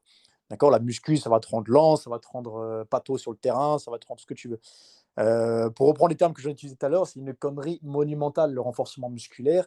Il est indispensable, j'ai envie de dire, quel que soit le sport. Des combattants, c'est une évidence, mais pour d'autres sports, c'est une préparation physique de base, surtout pour les sports de contact. Je parle du rugby, du football américain, c'est ton armure. Le renforcement musculaire, il est indispensable. Donc de déconseiller du travail de renforcement musculaire pour un sportif, encore une fois, quelle que soit sa discipline, je vais le dire très poliment, c'est manquer de jugeote. Ouais, c'est vivre un petit peu dans un autre temps où on était dans l'erreur. Ben, c'est exactement ça. On te parlait de ça il y a des dizaines d'années, qu'effectivement, il fallait se concentrer sur la pratique de ton sport en elle-même, sans forcément avoir de travail de fond pour certains sports et de travail de renforcement musculaire pour d'autres. On te conseillait juste de pratiquer ton sport et d'évoluer sur l'aspect technique. Et que le travail de renforcement musculaire t'alourdirait ou te pénaliserait sur la pratique. Ah non, c'est vrai, sans vouloir me faire l'avocat du diable, mais il faut bien qu'on essaye de pas être d'accord. C'est vrai que quand tu es plus lourd, tu consommes plus de calories, c'est évident. Donc, la gestion de ton cardio, par exemple, va être plus compliquée que si tu es plus léger. Ça, c'est des choses que personnellement j'ai expérimenté. Toi aussi, peut-être, Ça, c'est physiologique, ouais, si complètement. tu as pratiqué à différents poids, tu sais que quand même, tu consommes vachement moins quand tu es plus léger. Mais bon, comment dire, on est dans des sports, surtout pour les sports de combat, à catégorie de poids. Donc, ce qui s'applique à toi s'applique aussi au gars qui est en face. Donc, effectivement, si tu fais 90 kilos, c'est plus dur de gérer ton cardio que si tu en fais 60, mais en face de toi, tu as un mec de 90 kilos aussi. Ouais, complètement. Et je pense que c'est une histoire d'adaptabilité, c'est-à-dire que le mec, effectivement, sur une catégorie de poids en sport de combat, il va se faire une prise de masse monumentale, les fameux bulks qu'on entend souvent. Effectivement, s'il monte trop rapidement en poids, son corps ne sera pas adapté, que ce soit sa capacité cardio, que ce soit ses capacités de combattant, il n'aura pas eu le temps de s'adapter. On peut très bien prendre 10 kilos, j'ai une bêtise, 10 kilos de masse musculaire ou autre en quelques mois, quelques années, et être aussi performant finalement que tout est qu'une question de temps et d'adaptabilité. Le corps s'adaptera absolument à tout si on fait les choses bien. Et le travail de renforcement musculaire, c'est pas forcément de la prise de masse. On entend souvent ça. Les pratiquants de muscu pensent que le renforcement musculaire, c'est uniquement pour prendre de la masse. Il y a des travaux spécifiques à faire, il y a des exercices à effectuer, une façon de les exécuter. En fait, on n'est pas forcément que dans la prise de masse, c'est le fait de s'alourdir en tant que tel. Bien sûr. Puis il y a aussi l'aspect préventif, curatif et compensation des mouvements techniques qu'on pratique. Exactement. Dans l'entraînement, quoi. Si vous faites de la boxe anglaise, je vous conseille de faire beaucoup de tirages. Je ne sais pas si toi tu conseilles la même chose, mais bien sûr. moi j'ai toujours fait beaucoup de tirages pour compenser le temps passé à frapper dans des sacs de frappe ou dans des on est sur un axe de poussée beaucoup en boxe, surtout en anglaise. Les tirages sont hyper importants, ne serait-ce que pour la santé des muscles antagonistes. Tout à fait. Alors, deuxième question, on va finir par... Tu vois, j'en ai tellement, il y a bien un truc, on va pas être d'accord. J'y crois. On va trouver quelque chose. Qu'est-ce que tu penses, alors dans la préparation physique, je reste sur un combattant, mais c'est valable pour n'importe quel sportif, est-ce que tu es plutôt adepte de conseiller des exercices qui ressemblent le plus possible au mouvement technique du sport concerné, ou versus faire des exercices classiques et pratiquer son sport par ailleurs et profiter d'un effet de transfert entre les deux? Les deux, je vois tout à fait la question. Les deux auront leur intérêt. Alors, je réponds un peu plus clairement. Il y a des exercices de base pour des qualités physiques. Je prends l'exemple du squat, très simplement. Le squat, c'est un exercice de base pour les membres de la force, en tout cas pour un athlète, qui va avoir sa place. Maintenant, adapté sur le sport. Mais je pense que les exercices de base, comme le squat, comme certains épaulés, par exemple, ne sont pas forcément, en tout cas directement retransmissibles dans un sport, quel qu'il soit, mais qui vont être fondamentaux pour le développement de la force, par exemple, ou la coordination. Mais il doit y avoir comme des exercices qui sont reproductibles sur un sport en particulier. Je prends le basket, j'ai coaché aussi des basketteurs. En l'occurrence, la pliométrie, les sauts latéraux sur une boxe, par exemple, les changements de direction. C'est exercices qu'on va utiliser avec charge, par exemple, ou sans, mais en tout cas avec charge, qui sont directement retransmissibles sur le terrain. Donc je pense que les deux ont clairement leur intérêt. Ça va être dans le cadre d'une programmation logique, mais les deux ont leur intérêt. D'accord, donc toi, un sportif, dans son entraînement, tu vas lui mettre à la fois des fondamentaux et du spécifique à sa pratique, quoi. Exactement. Alors, dans mon cadre à moi, quand j'ai fait la préparation physique, j'étais souvent en collaboration avec un autre coach sur l'aspect technique. Donc, lui, souvent, gérait cet aspect, plus technique et plus retransmissible sur le terrain. Je m'occupais beaucoup de la préparation physique générale. Donc, moi, la partie mouvement de base, elle est juste indispensable. Mais, tu vois, c'est pas que je suis pas d'accord, mais pendant longtemps, j'ai considéré, et je considère encore, que beaucoup d'amateurs ou de pratiquants loisirs se prennent beaucoup la tête avec du spécifique, qui est très peu utile dans leur évolution physique et technique à l'entraînement, dans leur discipline particulière. Alors que la base, c'est comme tu disais, la nécessité de ne pas trop complexifier son entraînement inutilement.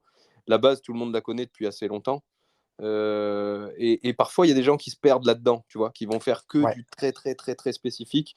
Et alors, du squat, moi, du squat à la barre, j'en fais plus maintenant, mais j'ai toujours fait des variantes de squat d'une façon ou d'une autre, tu vois, que ce soit du goblet squat, du squat sur une jambe, des choses qui n'ont rien à voir avec ce que tu fais sur un tatami ou sur un ring. Ouais, complètement. Mais on a besoin de jambes solides dans à peu près tous les sports qui existent, quoi. C'est clair. Donc, tu as soulevé un point intéressant.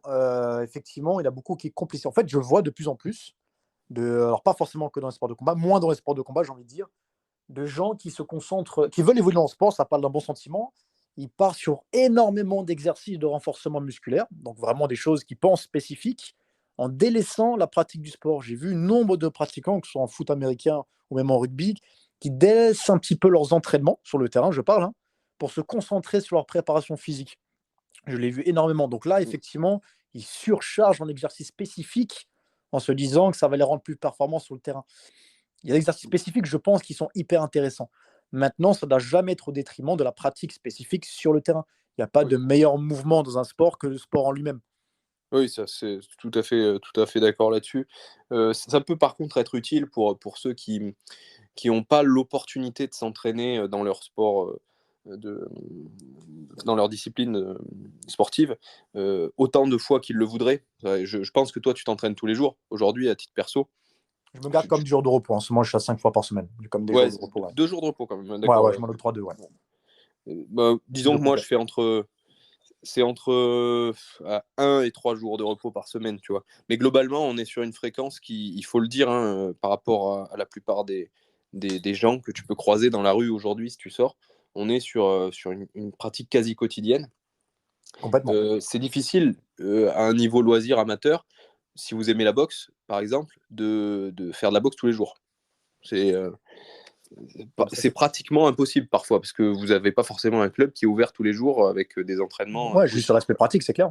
Voilà, donc là, moi, j'y ai trouvé un intérêt pendant de nombreuses années de faire de la préparation physique, de faire de la musculation à côté ou du cardio, parce que je pouvais m'entraîner que 2 fois par semaine dans un petit club de quartier et le reste du temps, j'avais quand même envie de m'entraîner. Là, c'est une super option de faire de la prépa physique plus ou moins spécifique à son sport. Exactement. Ouais, si on n'a pas l'opportunité de pratiquer autant qu'on voudrait, comme tu dis, ouais, complètement. Voilà. Maintenant, je pense que j'aurais le dilemme. Aujourd'hui, je suis dans le jiu-jitsu brésilien. Si j'avais un club à côté de chez moi qui est ouvert tous les jours, comme ça peut être le cas en région parisienne, dans les grandes villes, etc., j'aurais le dilemme. Tu vois, peut-être que je ferais un peu moins de musculation. Tu vois. Ouais, bien sûr, ouais, complètement. Parce tout dépend de l'optique qu'on a dans le sport. Voilà. Je pense qu'effectivement, quand tu as un réel objectif dans le sport que tu pratiques, il n'y a pas de meilleur moyen d'évoluer que de pratiquer ce sport-là. Une préparation physique à côté qui est indispensable, surtout si tu vises de vrais objectifs dedans. Mais la pratique de ton sport, je le redis, hein, je l'ai vu énormément ces derniers mois, dernières années, de gens qui délaissent leur entraînement. C'est pas qu'ils n'ont pas l'opportunité de s'entraîner, c'est qu'ils délaissent un petit peu l'entraînement en disant je vais d'abord me préparer physiquement, je vais extrapoler, mais je délaisse un petit peu mon sport et j'y reviendrai quand je serai un peu plus chaud physiquement.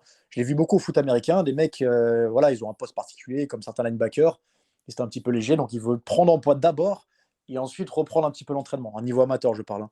Mm. C'est une grossière erreur, parce que tu auras le bagage technique que tu n'auras pas travaillé en attendant, il va te faire défaut au moment où tu vas reprendre. Donc Oui, c'est mais vraiment la beaucoup pratique du plus. sport qui doit être la priorité et ce travail de renforcement musculaire, il peut se faire en même temps. C'est exactement le principe de l'alimentation et de l'entraînement que tu disais tout à l'heure. Ouais. Certains veulent commencer l'un avant l'autre. En fait, les deux vont de pair et peuvent s'entraîner en même temps. Qu'est-ce que tu penses de faire que de la musculation alors j'allais dire que du cardio, non, ou que de la musculation et un petit peu de cardio? Est-ce que, est-ce que tu penses que c'est important d'avoir une spécialité, d'avoir un sport de prédilection? Alors ça, j'ai une vision très particulière sur le sujet qui divise fortement. Moi, à titre personnel, je parle, hein, j'ai vraiment beaucoup de mal à me spécialiser. Il y a des gens voilà, qui ont une optique dans un sport. Je pense que dans tous les sports, il y a une complémentarité à avoir sur le cardio de la muscu. Maintenant, pratiquement de musculation de base, je veux dire, moi, dans ma vision, il va manquer une énorme partie. Encore une fois, comme je disais tout à l'heure, moi, mon but, c'est d'être performant dans la vie, au quotidien. Si une galère arrive, il faut que je puisse protéger ma famille, il faut que je puisse protéger mes proches. Euh, L'un ne va pas sans l'autre. Dans ma vision, l'un ne va pas sans l'autre. Je ne peux pas m'entraîner en muscu et me contenter de la muscu. Il va me manquer quelque chose au niveau de ce que j'aime faire, il va clairement me manquer quelque chose. Et je ne serai absolument pas armé pour le quotidien.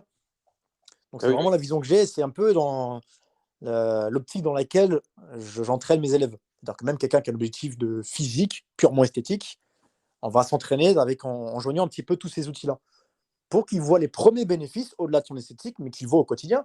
J'ai une bêtise, j'ai eu des seniors en coaching en fait, qui vont chercher leurs courses au supermarché, charger leurs courses dans la voiture, sans finir à 180 BPM. Voilà. Donc c'est vraiment l'optique que j'ai de l'entraînement. Donc se spécialiser dans un domaine ou dans l'autre, en tout cas pour moi, j'ai vraiment un problème avec ça. Ouais, C'est pas du, alors, pas du tout ce que je vise. c'est c'est pas tout à fait, on va dire, la réponse que j'attendais, parce que toi, en fait, tu es pas spécialisé, mais tu es polyvalent, tu vois. C'est ce que je cherche à faire en tout cas.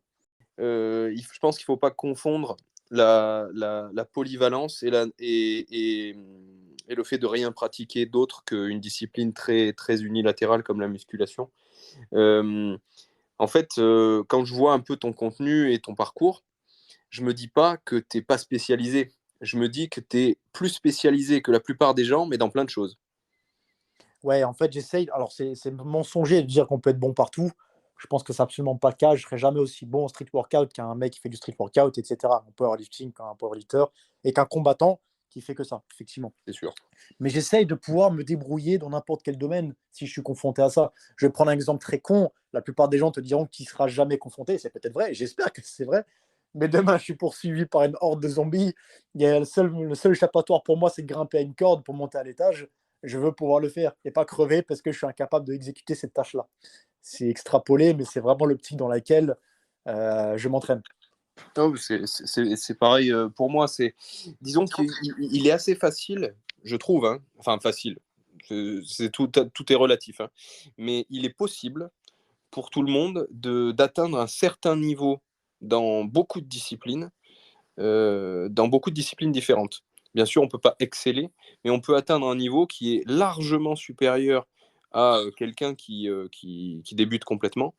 Je suis Je d'accord. parle des sports de combat, Aujourd'hui, j'ai plus boxé depuis des années en compétition, mais je prends n'importe qui dans la rue au hasard total, hein, c'est-à-dire en prenant les gens qui ont déjà pratiqué et ceux qui n'ont pas pratiqué, je sais que je peux me démerder. Tu vois, j'ai Complètement. très C'est peu de exactement ça. chances de tomber sur un mec qui a vraiment un niveau supérieur au mien. Tu vois, ça C'est peut arriver, exactement hein. ça. Bien Il y a sûr. bien sûr des mecs qui sont spécialisés, qui sont actifs en compétition, qui vont me déchirer, tu vois, enfin, qui vont me mettre en difficulté. Et il y a un pourcentage infime de mecs qui sont de haut niveau, qui eux vont me fracasser, tu vois.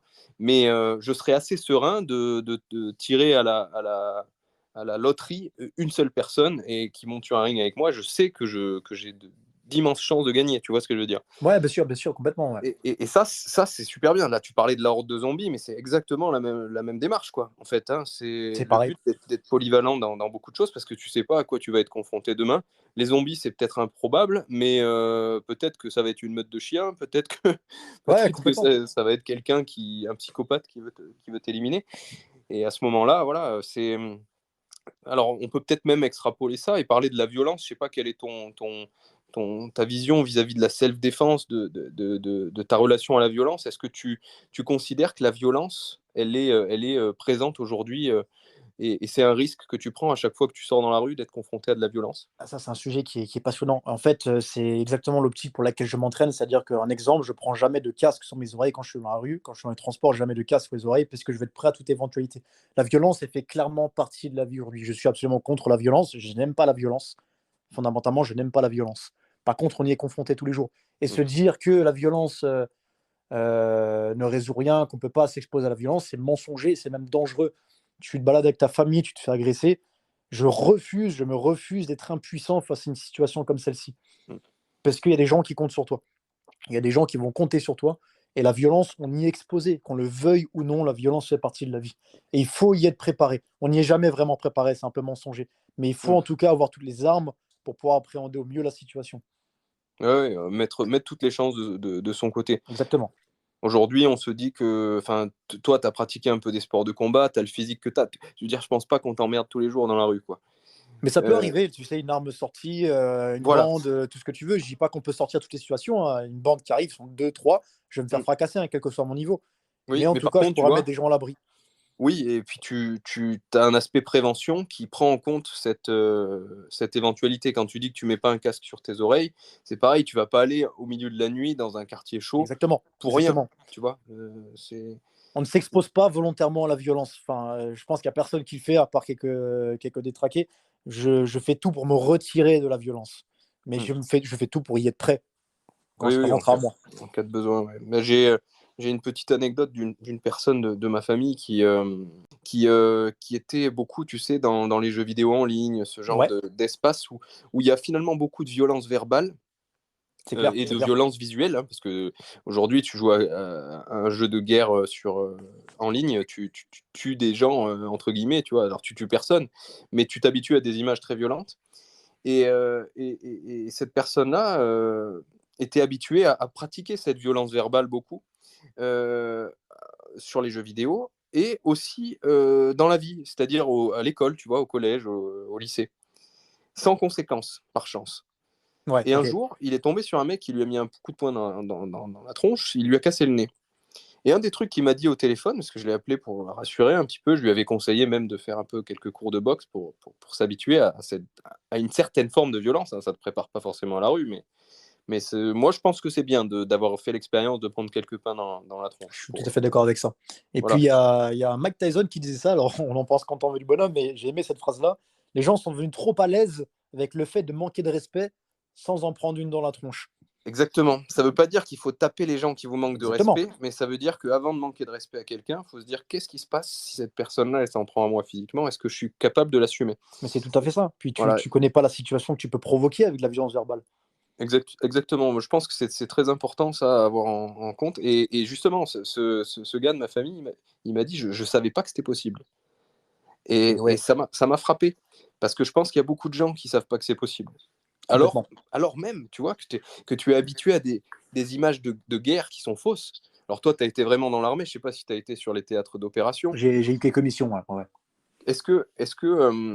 C'est quoi ton avis? Alors là, on digresse à fond, hein, mais c'est quoi ton avis sur la banalisation un petit peu de la violence au cinéma ou dans les jeux vidéo par rapport à la réalité du terrain? Et ben, c'est hyper intéressant parce que je trouve qu'on est de plus en plus confronté à la violence, j'ai envie de dire fictive, enfin fictive en tout cas au niveau visuel, par contre verbale elle est bien présente, Mhm. mais on n'a jamais été aussi peu prêt à l'accueillir et à réagir en fonction d'une situation. Si tu vas te donner un très bon exemple, les jeux vidéo, c'est l'exemple avec le cinéma qui est flagrant. Les jeunes ou les moins jeunes, hein, en tout cas les joueurs ou les spectateurs, sont confrontés à cette violence quotidiennement dans leurs activités, mais ils en sont totalement déconnectés. Ils en sont totalement déconnectés. L'exemple de quelqu'un qui va t'insulter dans la rue, il n'imagine pas possible qui peut se tomber face à un détraqué en face, qui va lui en mettre une, il va s'en souvenir toute ta vie, voire pire. Ils sont totalement déconnectés de cette situation-là. C'est-à-dire qu'ils ils sont très à même de te traiter de connard. C'est un truc très con. Les mecs un peu virulents en voiture qui s'arrêtent, ça dégénère souvent de là, qui vont t'insulter, qui vont te faire un gros doigt, qui vont te traiter de tous les noms, sans imaginer possible que le mec, par exemple, te fasse une queue de poisson, s'arrête, te sorte, que ce soit avec une arme ou sans arme. Et là, ils sont totalement démunis. Alors que c'est eux qui ont provoqué cette situation. Je ne dis pas que le mec a raison de sortir lui mettre une mandale dans la gueule. Bien sûr. Par contre, c'est des situations qui peuvent arriver, qui vont arriver. Arriver. C'est clair et net, ils en sont totalement déconnectés. Et je pense que plus tu es exposé à la vraie violence, à la violence bien réelle, moins tu as envie d'être dans ces situations-là. Et moins tu as envie de provoquer des situations qui te mettraient face à la violence.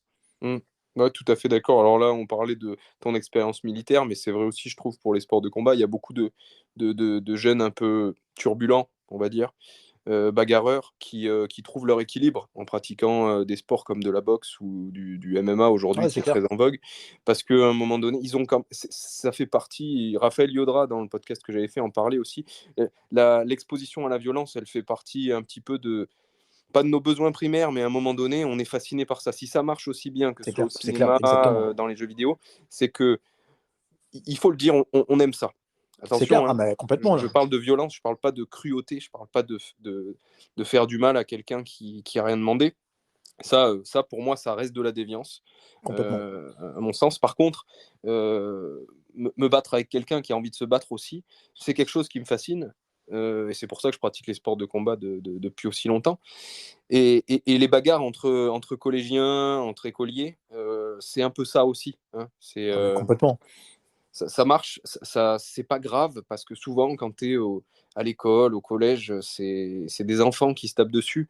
Et, les forces en présence sont pas du tout la même chose que quand deux adultes se mettent sur la gueule. Souvent, ça finit à l'hôpital. Les sports de combat, c'est une bonne transition pour ça, et ça évite de s'exposer à des situations vraiment dangereuses où, comme tu l'as dit, tu maîtrises rien. Un mec peut sortir une lame à tout moment. J'ai jamais vu un mec sortir un couteau de son gant de boxe dans une salle de boxe. C'est clair. Ça reste relativement contrôlé. Par contre, ça permet de canaliser les choses. Ah, tout à fait d'accord avec ça. Ouais. En même temps, de se préparer aussi, quoi. Demain, quelqu'un me met un coup de poing là, sorti de nulle part dans la rue, ça va me faire bizarre quand même. Ah, mais complètement. On n'est pas préparé à ça, on n'est pas échauffé. On n'est jamais prêt pour cette situation-là. Mais je reste convaincu qu'on l'est beaucoup plus que quelqu'un qui a jamais pris un coup dans la tronche. Puisqu'il y a cette notion d'affrontement, en fait. L'affrontement, c'est quelque chose que, quand tu n'as jamais vécu ça, comme tu le dis, ça va te faire tout drôle le jour où ça t'arrive dans un cadre non contrôlé. Prends n'importe quelle personne qui n'a jamais eu d'affrontement, que ce soit dans le sport ou ailleurs, mets-le sur un ring avec un sparring très light, c'est un exercice pour quelqu'un qui l'a jamais fait. Même avec un partenaire qui va vraiment te ménager, c'est vraiment un exercice d'avoir quelqu'un face à toi avec les poings levés. C'est psychologiquement déjà une énorme, je dirais pas jusqu'à là un traumatisme, mais pour quelqu'un qui n'est pas habitué à ça. Alors imagine si ça t'arrive dans la rue avec quelqu'un qui veut ta peau et qui n'a jamais eu d'affrontement dans sa vie. Ça fait bizarre. Ouais, non, c'est sûr. Je trouve que c'est en opposition avec les sports individuels, mais vraiment individuels, du genre course à pied, musculation, etc. Ouais, complètement. Où tu es, entre guillemets, tu fais un marathon. Bien sûr, à moins que tu sois parmi les meilleurs et que tu essayes de gagner, tu vois, voilà, et encore, tu vois. T'es tout seul, quoi. Tu vois, tu es content quand tu le finis. Tu essaies de faire le meilleur temps possible. Donc, tu te bats plus avec ton toi du marathon d'avant qu'avec tes adversaires. Ouais, complètement. Alors que tu montes sur un ring, il n'y en a qu'un des deux qui gagne. À part des cas très exceptionnels où il y a des égalités, mais le but, c'est de dominer l'autre, d'être plus fort que l'autre. Ouais, c'est très explicite. Il n'y a pas de mensonge. Alors, je n'utilise pas les autres sports, je m'intéresse à énormément de sports, mais c'est vrai que là, c'est toi face à ton opposant. Et c'est très stressant. C'est très, très stressant. Et c'est pour ça aussi qu'on va chercher cet inconfort-là. Parce qu'il y a un stress du fait que, tu sais, il y a cette phrase aussi. Alors, je ne sais pas qui a prononcé ça, mais moi, je l'adore. C'est quand tu abordes une situation dangereuse ou à risque ou un combat, il faut que tu te comportes comme si tu étais sur la rampe de l'Arche de Noé et tu es le troisième singe. Ah, elle est belle, celle-là. Carrément. Voilà. C'est l'essence même du fait de rien lâcher et de tout mettre de ton côté pour triompher. Donc et quand je dis triompher, je parle d'un adversaire ou d'une situation. Hein. C'est pour ceux qui ont des problèmes dans la vie, pour joindre les deux bouts, pour payer leurs factures, etc. C'est un état d'esprit qui est global, quoi. C'est exactement ça, c'est global, tout à fait. Ok, très profond comme réflexion. Ouais, c'est clair. Mais c'est un va sujet loin qui me passionne, c'est un sujet qui me passionne. Et c'est vrai, quand là, on parle de sport de combat, d'affrontement, mais en fait, tu as fait une très belle conclusion.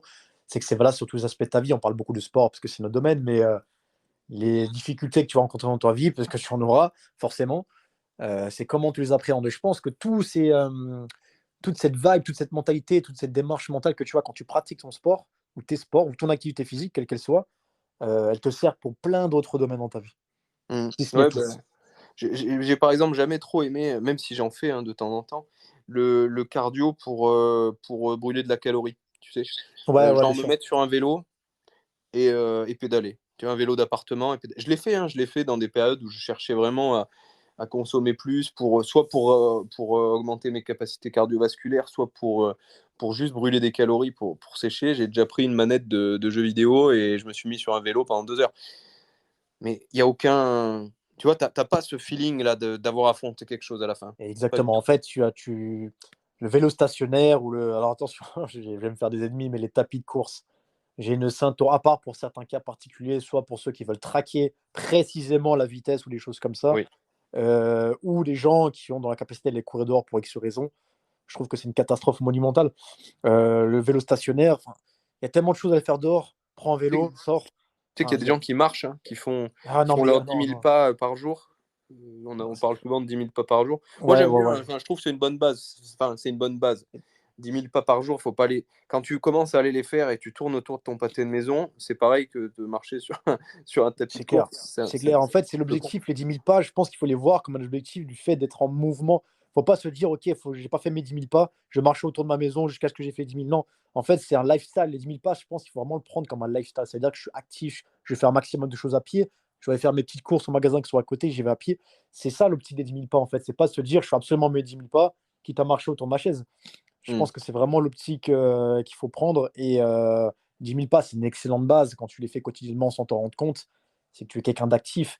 Maintenant, je pense qu'il ne faut pas se contenter de ces 10 000 pas. Je préférais quelqu'un qui en fait 4 000, 3 000, Mm. mais qui a une activité physique à côté, sur un sport par Bien sûr. exemple, ou sur d'autres choses. Et est-ce que toi, dans toute activité physique que tu pratiques, tu cherches à progresser? Je parle que ce soit en musculation, mais aussi quand tu vas courir, etc. Est-ce que tu mesures quelque chose pour essayer de progresser par rapport à la séance précédente dans à peu près tout ce que tu fais ou pas spécialement? Quasi systématiquement. Quasi systématiquement, je traque beaucoup de choses, hein. J'ai un carré d'entraînement un peu à l'ancienne avec mon petit carnet, je note tout à la main.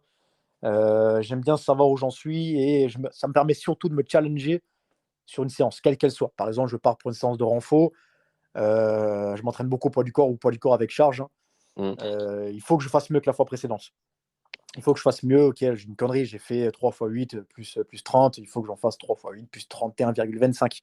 C'est un Mm. objectif, c'est le principe de la surcharge progressive pour l'évolution, Mhm. mais c'est surtout aussi pour me challenger sur mes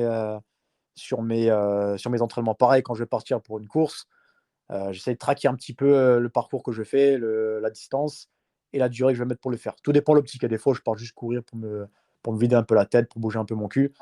Mais la plupart du temps, ouais, je traque ce que je fais. Ouais. Ouais, ouais, bah, personnellement, j'ai même des charges plus petites pour progresser. Parfois, quand je sais que je suis à la limite, je peux rajouter 0,25 sur une barre, Mais quoi. c'est une victoire, c'est un progrès. C'est exactement comme C'est ça qu'il faut le voir. exactement. Et puis, ou alors, même, il y a des fois où tu fracasses un plateau, où tu fails complètement. Bah, c'est OK de déloader, je trouve. Bien Mais sûr. après, une fois que tu as déloadé de 10 ou 20 kilos, tu recommences dans une démarche de progression. C'est-à-dire, chaque semaine, tu vas rajouter un petit peu, etc., quoi. Ouais, il y a une phrase, alors tout le monde n'est pas d'accord avec ça, et je l'entends, mais je ne sais plus qui le disait, s'entretenir, c'est mourir. Euh, je pense que dans Oui. l'entraînement, il faut chercher à surpasser et comme tu dis, raisonnablement, l'entraînement, il est fait de façon intelligente, sinon on se pèterait tous au bout d'un moment. Il ne faut pas avoir de scrupules à se prendre une petite semaine off ou en deload, effectivement, pour décharger un peu. Mais je pense que tu dois toujours chercher à te challenger un petit peu sur ton entraînement. C'est ça qui fait atteindre ton objectif, finalement, quel qu'il soit, hein. Que ce soit une perte de poids, Mmh. une prise de masse ou une performance sportive. Si tu ne te challenges pas sur quelque chose, et c'est pareil dans la vie, hein, dans ton travail, même si on est salarié ou entrepreneur, peu importe, si tu ne te challenges pas un petit peu dans ta fonction, dans ton Mmh. travail, tu t'endors et tu t'évolues plus. Bah, je sais pas si tu avais écouté l'épisode 2 avec Aurélien Duhart, qui est, Je qui n'ai est pas celui... écouté celui-ci. Ouais, alors, je te le conseille vraiment parce que c'est... Encore aujourd'hui, je pense que c'est mon meilleur épisode. Ok. C'est celui qui a le mieux marché, qui a été le plus partagé, parce que son message, il est universel. Il n'est pas spécialement pour les sports de combat, il n'est pas spécialement pour les gens qui sont végétariens ou véganes. Et il y a un truc qui dit qui est super vrai, donc ça me sert de pub pour que les gens aillent l'écouter, et toi aussi, je te le conseille vraiment. Bah, carrément. Il dit que la vie, c'est du mouvement, c'est-à-dire que soit tu avances, soit tu recules. Mais si tu as l'impression de rester en place, souvent, c'est que tu recules. Exactement. Putain, je suis d'accord avec ça. Ça résonne clairement. Alors, j'ai peut-être un peu paraphrasé, c'est pas exactement ces mots, mais c'est l'idée Le qu'il essaye message de est faire celui-ci. passer. Ouais. Ok. Je te conseille cet épisode. Je le suis réécouté récemment. C'est l'épisode 2. Et excellent. Excellent. J'ai réécouté ça, ouais. Ok, allez, un petit dernier. On a l'image, tu sais, de Rocky Balboa. On a aussi des exemples de champions comme Floyd Mayweather, etc., qui courent tous les jours. Ouais. Est-ce que tu penses que c'est une bonne idée de courir tous les jours? Alors, j'ai cité un autre personnage que tu connais peut-être et que beaucoup connaissent, David Goggins. Oui. Je sais pas si ça te parle, Oui, bien l'ancien sûr. Marines, Navy SEAL. Bref, j'ai lu d'ailleurs sa biographie, son autobiographie il n'y a pas longtemps, qui est un personnage exceptionnel. Lui utilise en grande partie la course à pied pour développer son mental. Mhm. Donc, je te dirais que sur un aspect purement performance, sur l'aspect purement physiologique et physique, je dirais que non. Je ne conseillerais pas de courir tous les jours. Maintenant, quand tu es dans une optique différente de développement de ton mental, de recherche de l'inconfort extrême, je dirais qu'il y a un gros intérêt. Je trouve vraiment mon inconfort sur les pratiques, j'enlève les sports de combat parce que je ne pratique plus, sur mes pratiques quotidiennes, je trouve mon inconfort dans la course à pied. C'est-à-dire que je ne dis pas que les séances de musculation sont faciles, loin de là, hein, je me mets dans le rouge aussi, mais l'inconfort, je le trouve dans les sports d'endurance, vraiment, fondamentalement. Dans ma pratique actuelle, hein. C'est quand je vais courir que je vais trouver l'inconfort et je vais développer mon mental. Actuellement, j'ai aucun objectif compétitif, quel qu'il soit. J'ai aucun objectif de course. J'ai un petit objectif en tête quand même pour l'année prochaine, un petit triathlon, mais ça, ce sera une pratique encore un peu différente. Mhm. Je cours surtout quand il fait moche, je cours surtout quand il fait froid, je cours surtout quand il pleut. Pourquoi? Parce que c'est l'aspect mental qui m'intéresse actuellement sur la course à pied. Donc, sur une démarche de coaching avec un élève qui souhaite perdre du poids, je ne le ferai pas courir tous les jours. Absolument pas. S'il n'aime pas courir, il ne courra même pas du tout. Par contre, dans l'aspect développement de ton mental, je pense que la course à pied elle a une grande place dedans. C'est une vision que beaucoup ne partagent pas, mais c'est là-dedans que je vais trouver l'inconfort, encore une fois. Alors, il y a le côté inconfortable, il y a le côté gratuit, entre guillemets. Je dis bien entre guillemets, parce qu'aujourd'hui, tu achètes des bonnes baskets, Un petit budget, ouais. tu déposes un rein sur le comptoir. Ouais, complètement. Voilà. Mais effectivement, tu mets tes baskets, tu sors, tu cours. Il n'y a pas de club. Enfin, il y a des clubs qui existent, mais la plupart des gens courent tout seuls, quoi. Complètement, c'est clair. Et d'ailleurs, je déteste courir avec d'autres gens, personnellement. Je déteste ça, les courses en groupe. Je n'aime pas du tout ça. À l'armée, on l'a fait tellement que j'aime pas du tout. Ça peut pas être optimal quelque part, parce que il y a toujours une différence de niveau. Donc, il y en a un des deux qui surcourt, entre guillemets, et l'autre qui l'attend toutes les 10 minutes. Ouais, c'est clair. J'aime pas trop. Je préfère être à mon rythme. Je me mets dans le rouge, c'est moi qui choisis de me mettre dans le rouge, quoi. Exactement. Voilà. Puis il y a cette notion en tout cas pour moi, c'est mon moment à moi, j'ai besoin d'être moi et moi-même. J'ai pas forcément envie d'être avec quelqu'un, partager ce moment-là. Je ressens pas le besoin en tout cas. Ouais, bien sûr. Ben, je parlais en début d'épisode de mon petit chat qui est décédé la semaine dernière, enfin cette semaine. Ça m'a fait du bien de courir, tu vois, depuis. Je suis allé courir la veille, quand il était déjà bien malade. J'avais besoin de ce moment. Ça m'a fait beaucoup de bien, tu vois. C'est un moment avec toi-même. C'est l'inverse, on va dire, des sports de combat, je trouve, où tu as cette confrontation. Là, pour le coup, tu mets les choses au point avec toi-même, dans cet inconfort, je trouve. Ouais, complètement. Et ouais, non, c'est très bien pour ça. Maintenant, je sais pas si tu es allé un petit peu en Thaïlande aussi. Je me suis entraîné un peu dans un camp là-bas. Non, j'ai jamais été en Thaïlande. Non. C'est une expérience intéressante, hein, même pour quelqu'un qui n'a pas envie de faire des combats particulièrement. S'entraîner au rythme un petit peu des Thaïlandais là-bas. Il y a un truc que je n'ai pas fait, qu'eux faisaient, c'est qu'ils couraient tous les matins. Alors que tu te bouffes 5 à 6 heures d'entraînement en cumulé dans la journée. Ouais, c'est clair. Et tous les matins à 7h ou 7h30, ils allaient courir et parfois ils faisaient 10 bornes, quoi. Ouais, il fait des Ça, je bonnes l'ai pas sorties en fait. plus. Ouais. À un moment donné, moi, je tape dans des PAO ou dans des sacs de frappe, je fais du sparring tous les jours, toute la journée. J'ai pas besoin de courir, quoi. D'ailleurs, j'ai jamais eu un cardio aussi infini que quand je suis revenu d'un mois d'entraînement quotidien dans ces conditions sans avoir couru une seule fois. Sans avoir couru, ouais, c'est ça qui est génial. Donc, je ne sais pas pourquoi ils courent autant. Souvent, ils sont quand même légers. Hein. On est sur des. Il n'y avait pas beaucoup de mecs de plus de 70 kilos qui couraient tous les jours comme ça. Hein. Ah, ouais, c'est clair. Mais bon, c'est ouais, un peu d'accord avec toi sur l'aspect bénéfique de la course. Par contre, ouais, jamais de ma vie je pourrais courir tous les jours, quoi. À moins, bien sûr, que mon objectif ce soit que la course à pied, devenir plus fort en course à pied, faire des marathons, des choses comme Ben, ça. c'est tout à fait ça, ouais, sur du spécifique. Moi, je pense dans tous les cas Ouais. que la course à pied, c'est pas le meilleur moyen de développer son cardio. Après, tout dépend de quoi on parle, hein, Mm. dans quelle qualité on veut développer. Quelqu'un qui veut développer un bon cardio, la course à pied, pour moi, c'est pas le meilleur moyen. Par contre, effectivement, tu prépares un marathon, tu prépares un semi, ou quelle que soit la distance, tu vas devoir mettre tes baskets et aller courir. Hein. Bah, bien sûr. Et du C'est coup, c'est logique. quoi le meilleur moyen de développer ton cardio selon toi? Alors, encore une fois, tout dépend de quoi on parle. Par exemple, quelqu'un qui va travailler dans un sport de combat, je pense développer son cardio, bah, comme tu disais, c'est frapper dans des PAO. Quelque chose de beaucoup plus spécifique qui va développer ton Mhm. cardio dans l'optique dans laquelle tu vas travailler. Quelqu'un qui veut travailler sur un marathon, c'est ce qu'on disait, il va aller courir, il va développer son cardio spécifique au sport auquel il va pratiquer. Tu vois, quelqu'un qui va faire du basket, par exemple, il aura beaucoup plus d'intérêt de travailler sur du fractionné, quel qu'il soit, Ouais.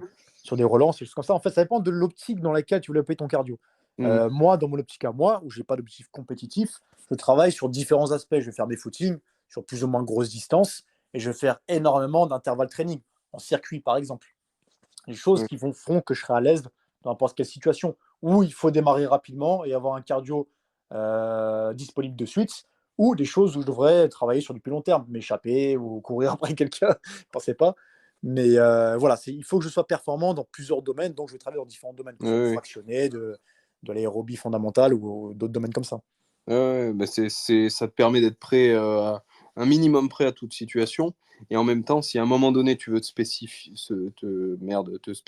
dans quelque Spécialisé, ouais. chose, c'est-à-dire demain, voilà, tu as un challenge, tu lances un challenge, tu vas aller faire un combat de boxe anglaise, ta préparation, elle sera beaucoup moins longue en étant polyvalent là aujourd'hui que si tu faisais que de la course à pied à 140 BPM Exactement. constant tous Exactement. les jours, toute ta vie, quoi. Et tu l'as dit tout à l'heure, il y a toujours des contre-exemples, en tout cas là je te parlais de mon avis, mais des boxeurs qui vont courir tout le temps, etc. Alors on va te dire, ouais, il faut courir parce que Mohamed Ali le faisait, voilà. Mm. Il y a toujours des contre-exemples comme ça, et c'est pas parce que de grands champions le faisaient que c'est forcément la méthode optimale pour le faire.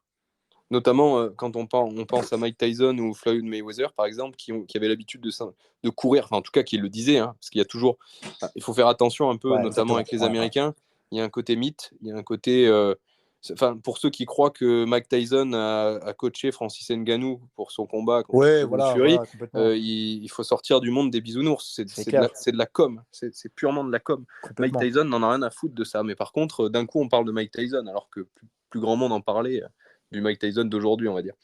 Ouais, Bref, complètement. tout ça pour dire, mais admettons qu'il le fasse. En tout cas, Floyd Mayweather, c'était assez connu qu'il allait prendre 2-3 selfies en boîte de nuit et puis qu'il sortait son sac avec ses baskets sur le parking de la boîte de nuit et qu'il allait courir. C'est de l'anxiété qui l'a amené à ça. C'est pas vraiment qu'il en avait besoin. C'est un gars qui s'entraînait tous les jours, qui, comme tu dis, qui tapait au PAO. Il avait pas besoin de courir en plus. Hein. Mais lui, psychologiquement, ça lui faisait du bien de se mettre dans cet inconfort, de se dire qu'il s'entraînait plus que ses adversaires, parce que Mayweather est un des plus gros anxieux qui ait jamais été Ouais, ok, ok. connu. Hein. Je ne sais pas si tu t'es un peu intéressé Je t'avoue que pas du tout. à Je son t'avoue que pas histoire. du tout. Alors, on aime ou pas le personnage, hein. Moi je le trouve détestable sur beaucoup de points, comme Conor McGregor dans son genre, Ouais. tu vois.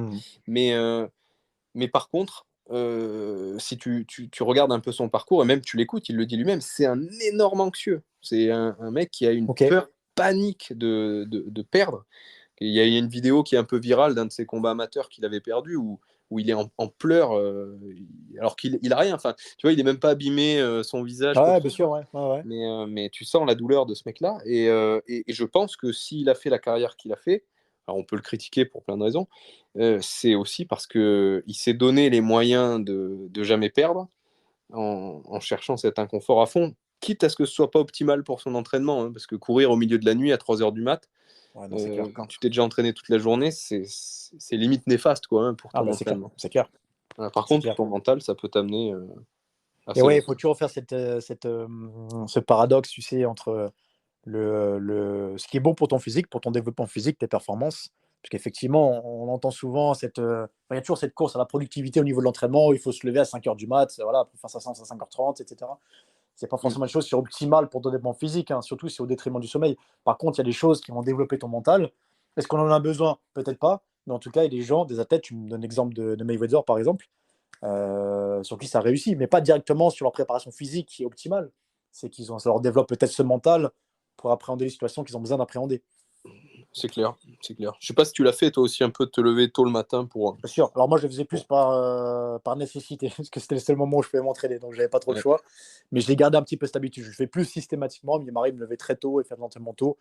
Même si j'ai pas une journée chargée, ça permet quand même d'avoir la tête à autre chose dans la journée et de me dire que c'est fait et que j'ai pas besoin de m'y retourner le soir. Oui, ça libère du temps. Je l'ai fait aussi des années. Pareil, je le fais un peu moins maintenant. Mais c'est vrai que, comme tu dis, ça cette satisfaction. Ça. Le réveil, quand tu te lèves à 5 heures du mat, il y a des gens qui se réveillent naturellement à 5 heures du mat. Moi, ça n'a jamais été mon cas. C'est pas mon cas. Le réveil qui sonne à 5 heures du mat pour aller m'entraîner, c'est à chaque fois, je me fais violer par mon réveil. Hein. Ça pique sévèrement, ouais, c'est clair. Voilà, mais une fois que tu y es, tout se passe bien parce que souvent, ce genre d'entraînement, tu les fais en mode pilote automatique un petit peu, hein, parce qu'il est quand même 5 heures du mat. Et par contre, après, je sais pas si tu es déjà allé travailler après avec d'autres gens, enfin travailler ou aller dans des situations sociales où tout le monde se réveille et toi tu as déjà fait ton entraînement. En fait, tu es dans un état d'éveil qui est largement supérieur à tout le monde autour de toi. Moi, j'adore ça. Parfois, je le fais exprès pour ça. Pour arriver au boulot et tout le monde a la tête dans le cul, quoi, en fait. C'est exactement ça. Tu as l'impression d'avoir une autre journée. Tu vois tes collègues qui sont avec leur café, encore la tête dans le fion. Et toi, ça fait 3 heures que tu es levé. J'ai sorti mes chiens, j'ai fait une rando avec eux, j'ai fait mon entraînement, j'ai mangé, je suis frais, douché. Et il est 8 heures, quoi. Ça, c'est génial. Ce sentiment-là, il est génial. C'est clair. Ok. Écoute, Cyril, est-ce qu'il y a un sujet que tu voulais aborder ou un message que tu as envie de partager avec les auditeurs du podcast? En fait, on a parlé de sujets qui me passionnent, notamment le but de l'entraînement, notamment la variation d'activité que tu peux avoir dans ton entraînement. Moi, le message que je fais passer sur mes réseaux ou avec mes élèves, c'est le mouvement. En fait, c'est le mouvement. On a tous, pas forcément tous, mais on a tous des objectifs personnalisés, des objectifs personnels, des sports peut-être pour certains. Je pense que maintenant, alors j'ai que 34 ans, mais je commence à voir sur l'avenir. Le but pour moi, c'est de bien vieillir. C'est de bien vieillir, c'est de pouvoir effectuer un maximum de tâches de la meilleure des façons. Je zappe le côté survie, le côté pouvoir me démerder dans n'importe quelle situation. Mais surtout, le jour où j'aurai des petits-enfants, pouvoir continuer à randonner avec eux, à vadrouiller avec eux. Et pour ça, c'est le mouvement qui va être intéressant, c'est bouger. Je vois énormément de gens sur les réseaux, qui m'envoient des messages sur la musculation. C'est un sport parmi d'autres, hein, très bien. Mais qui le font souvent au détriment de leur santé, au détriment d'autres activités. Et moi, je trouve ça dommage. On a une espèce de... je vais dériver encore un tout petit peu, mais on a une espèce de... je vais dire le terme de merde incommensurable sur les réseaux sociaux, où on te prône le fitness très spécifique de la mauvaise façon, que ce soit sur l'aspect alimentation, l'aspect sportif. Et je trouve qu'on se perd un petit peu sur le but premier de notre corps et sur le but premier de ce qu'on est capable de faire. D'ailleurs, juste par rapport à ça, je vois que tu t'entraînes chez toi. Tu t'es fait un petit home gym chez toi. J'ai aménagé home gym, ouais. Est-ce que c'est pour des raisons purement pratiques ou est-ce que tu cherchais ça, en fait, le fait de ne pas être dans une salle avec d'autres gens Il y a 2 raisons principales. La première, c'est effectivement l'aspect pratique. La deuxième, et celle qui prend le pas à l'heure actuelle, c'est de minimaliser, si je puis dire, mon entraînement. Justement, on peut pas. Alors, je me suis entraîné longtemps en salle. J'ai jamais énormément utilisé de machines. Je dis pas qu'elles sont mauvaises, loin de là, hein. C'est mon entraînement personnel qui fait que je prenais pas de plaisir sur une machine et cherchais surtout à minimiser le nombre d'exercices sur lesquels je peux travailler volontairement. J'investis pas dans plus de matériel que j'ai déjà parce que ça suffit largement pour développer ce que je veux développer et dans l'optique dans laquelle je veux aller, tout simplement. Et pas me perdre dans de l'exotisme de la salle de sport. Ouais, je suis tout à fait d'accord pour ça. Et puis, il y a aussi le côté, tu n'es pas soumis à des horaires d'ouverture. Ah, mais complètement, complètement. Je vois, tu t'entraînes souvent torse nu, tout ça, mais moi aussi, j'ai un home gym aussi chez moi. Voilà, tu as envie de t'entraîner en quel but, tu t'entraînes en quel Bah, but. c'est ça, tu mets ton slip et on y va, quoi. Ouais, Et exact. les vêtements, je critique pas ça, j'aime bien les vêtements en général, mais les vêtements de sport, moi, je mets des t-shirts troués et un short qui date d'il y a 6 ans, qui est délavé, je le mets. J'ai Bien sûr. absolument l'entraînement, c'est l'entraînement. Pour le moment, l'entraînement, je vais l'extrapoler, c'est une guerre. Tu pars à l'entraînement, c'est du sérieux. J'ai pas besoin de mettre du Gymshark pour m'entraîner, j'ai pas besoin de je m'en fiche un petit peu de tout ça. Et la salle de sport, je ne critique pas du tout la salle, il y a du bon là-dedans, il est très, très bon et les mecs s'entraînent très, très dur. Il y a tellement de distractions. Quand je parle de distraction, quand je m'entraîne, j'aime soit être tout seul, soit être des gens qui partagent ce culte de l'effort. Mhm. Et quand je vois énormément de touristes, je ne parle pas des gens qui ne savent pas ce qu'ils font, ça c'est encore différent, je parle de touristes, d'attroupement qui me déconcentrent dans mon entraînement et je ne suis pas dans un environnement propice au travail la plupart du temps. Ouais, C'est ouais. pour ça aussi que je m'entraîne seul souvent, ou alors avec des gens qui partagent un peu ce culte, peu importe leur niveau, il y a des gens qui sont bien meilleurs que moi, Ouais, ouais. et je kiffe partager leur entraînement parce que j'apprends des choses et parce que on est dans En, l'effort, tout simplement. en plus du temps de trajet que tu économises aussi. Hein. Ah, mais ça, c'est Ça, énorme. faut le C'est dire. Hein. énorme, hein. Le réveil 5 heures, tu es en slip, tu commences ton entraînement, sauter du lit, c'est exceptionnel. Mais oui, oui, c'est génial. Ouais. C'est pareil. Et puis, mais ouais, je rejoins carrément ce que tu disais. Là, j'ai fait beaucoup de salles commerciales avant de décider enfin à investir l'équivalent d'une année d'inscription dans du matériel pour commencer. Donc c'est pas mal. Hein. Déjà, tu as pas mal. T'as de quoi Pour faire du déjà. minimaliste, t'as de quoi faire. Bon, J'ai quand au même quoi fil faire, des ouais. années, j'ai complété par toutes sortes de gadgets, dont la plupart sont relayés dans un placard, hein, bien évidemment. Hein. C'est clair, La c'est clair, plupart c'est des clair. gadgets le gros de ce que j'utilise, c'est ma mise de départ, tu vois, c'est C'est clair. l'essentiel qu'on sait très bien de quoi on a besoin. Mais ouais, la seule période que je regrette un peu en salle, entre guillemets, commerciale, dans une salle de sport classique, on va dire, c'est une période où ouais, j'avais quelques copains et on se tirait vraiment la bourre à la performance. On était à l'époque des concours super physiques, je sais pas si tu connais Rudy Koya, Ouais, bien sûr, ouais, ouais, je connais, je connais. on C'est montait génial à ça d'ailleurs. Annecy. Comment? C'était génial ça. Ah ben c'était génial, je sais pas si tu participais ou quoi, mais on pouvait participer en ligne à ces concours et puis ça n'existe plus aujourd'hui, hein, il a arrêté D'accord, ça. ok. Ah, il a arrêté, ok, ok. Il n'a pas arrêté de. Il fait toujours des podcasts, Bien du sûr, contenu, ouais, ouais, etc. il y a Mais plus par ce contre, les concours super concours, il a physique. arrêté. Ouais, parce que en fait, c'était plus ou moins gratuit au début. Lui, il faisait des vidéos, il faisait plein de trucs. Enfin, il investissait, il louait, il réservait des restaurants quand on montait, etc. Enfin, ça lui coûtait beaucoup d'argent. Et Ouais, dès ouais, qu'il ouais, a je comprends. commencé à demander ne serait-ce qu'une petite participation de 20 balles pour participer à l'événement, d'un coup, il y avait beaucoup moins de monde. Ce que Ouais, je c'est trouve clair. déplorable, parce Ah que je bah pense que complètement. quand tu aimes bien quelque chose, enfin tout a un prix, ça C'est j'en ai parlé exactement aussi ça. sur d'autres podcasts, sans rentrer dans le capitalisme à outrance, quand ça coûte quelque chose à quelqu'un et que tu en profites, c'est normal d'y participer, quoi. Bien sûr, je suis Voilà. d'accord avec ça. Et ouais, voilà. Donc, mais en tout cas, c'était vraiment une super période parce que ben, on savait qu'il y avait le concours qui arrivait, on se préparait pour, on était plusieurs à peu près avoir le même niveau. Donc ça, c'est génial. C'est une émulation Et collective c'est qui est exactement ça, c'est exactement ça. Et ça rejoint ce que je disais un petit peu avant, c'est quand tu as sûrement ça, c'est génial, mais je trouve aussi exceptionnel d'inviter tes potes chez toi.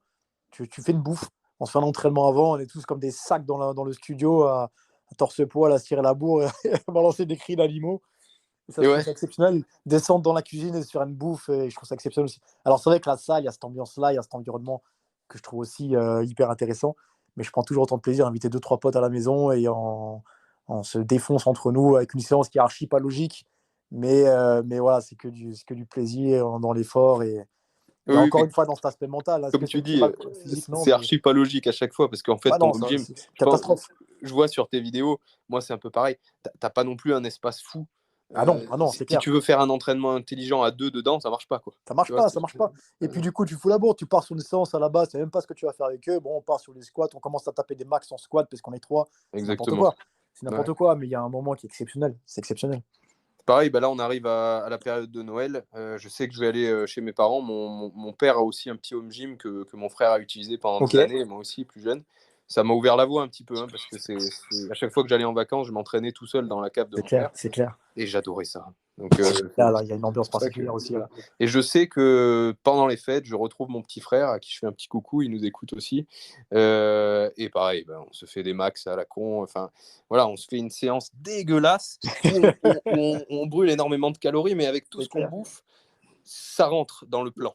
Ah ben complètement, complètement. En fait, je trouve ça exceptionnel. Il faut pas que ce soit la majorité de tes entraînements, ce serait n'importe Bien quoi. sûr. Mais de temps en temps, retrouver. J'ai 2 frangins qui sont dans le sport aussi, et quand on se retrouve, on se fout la misère avec des choses archi pas logiques. Mais puis, qu'est-ce qu'on rigole. Ouais. Mais chez moi, le seul avec qui j'ai fait ça chez moi, alors bien sûr, je m'entraîne avec ma compagne de temps en temps.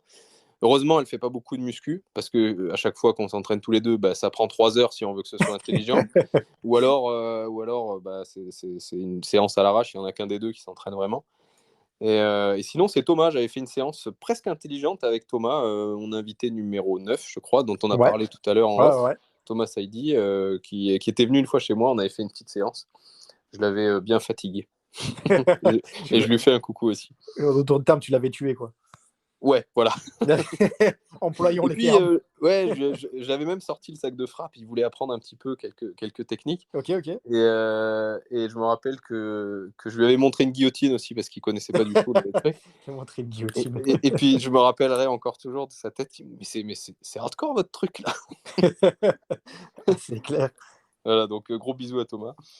Et puis voilà, écoute, je te propose de conclure sur tout ça, peut-être juste quand même, parce que toi, tu coaches des gens à distance aussi, il me Ouais, semble. tout à fait, ouais. Donc si les gens sont intéressés par un coaching physique, alimentaire, tu sais parler d'eux ou tu peux coacher des gens que sur l'aspect entraînement ou que sur l'aspect alimentaire ou tu Bien fais sûr, que des ouais, c'est tout packages complets? simplement la demande. J'impose rien. Moi, La c'est des demande. accompagnements, c'est la demande suivant ses objectifs, suivant son background. S'il est potentiellement déjà suivi, j'ai des gens qui sont déjà suivis sur l'aspect diététique.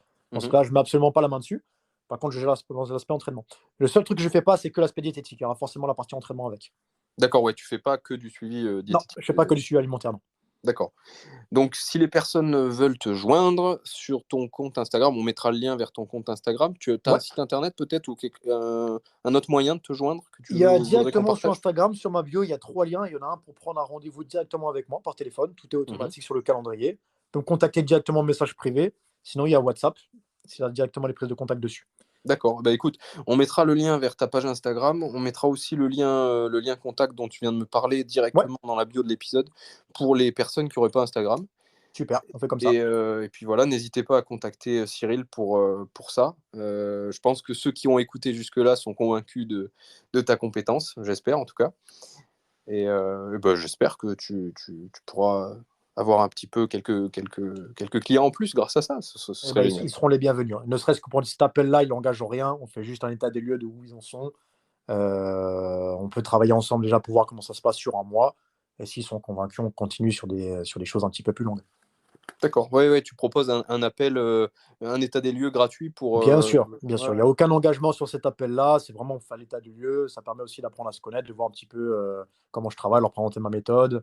Et s'ils sont convaincus, on part avec grand plaisir. S'ils ont besoin de réfléchir ou que ça ne les intéresse pas, écoutez, ils repartent avec des conseils personnalisés et c'est tout. Ce sera gratuit. Ouais, donc c'est tout bénef. Donc profitez-en, Exactement. faites-le et puis j'espère que ça aboutira sur une collaboration. Ça peut être cool Ce pour sera avec vous. grand plaisir. Ouais. Voilà. Ok. Bah écoute, merci Cyril. Merci à toi, Martin. C'était un grand plaisir. C'était vraiment un énorme plaisir pour moi. Bah, pour moi aussi.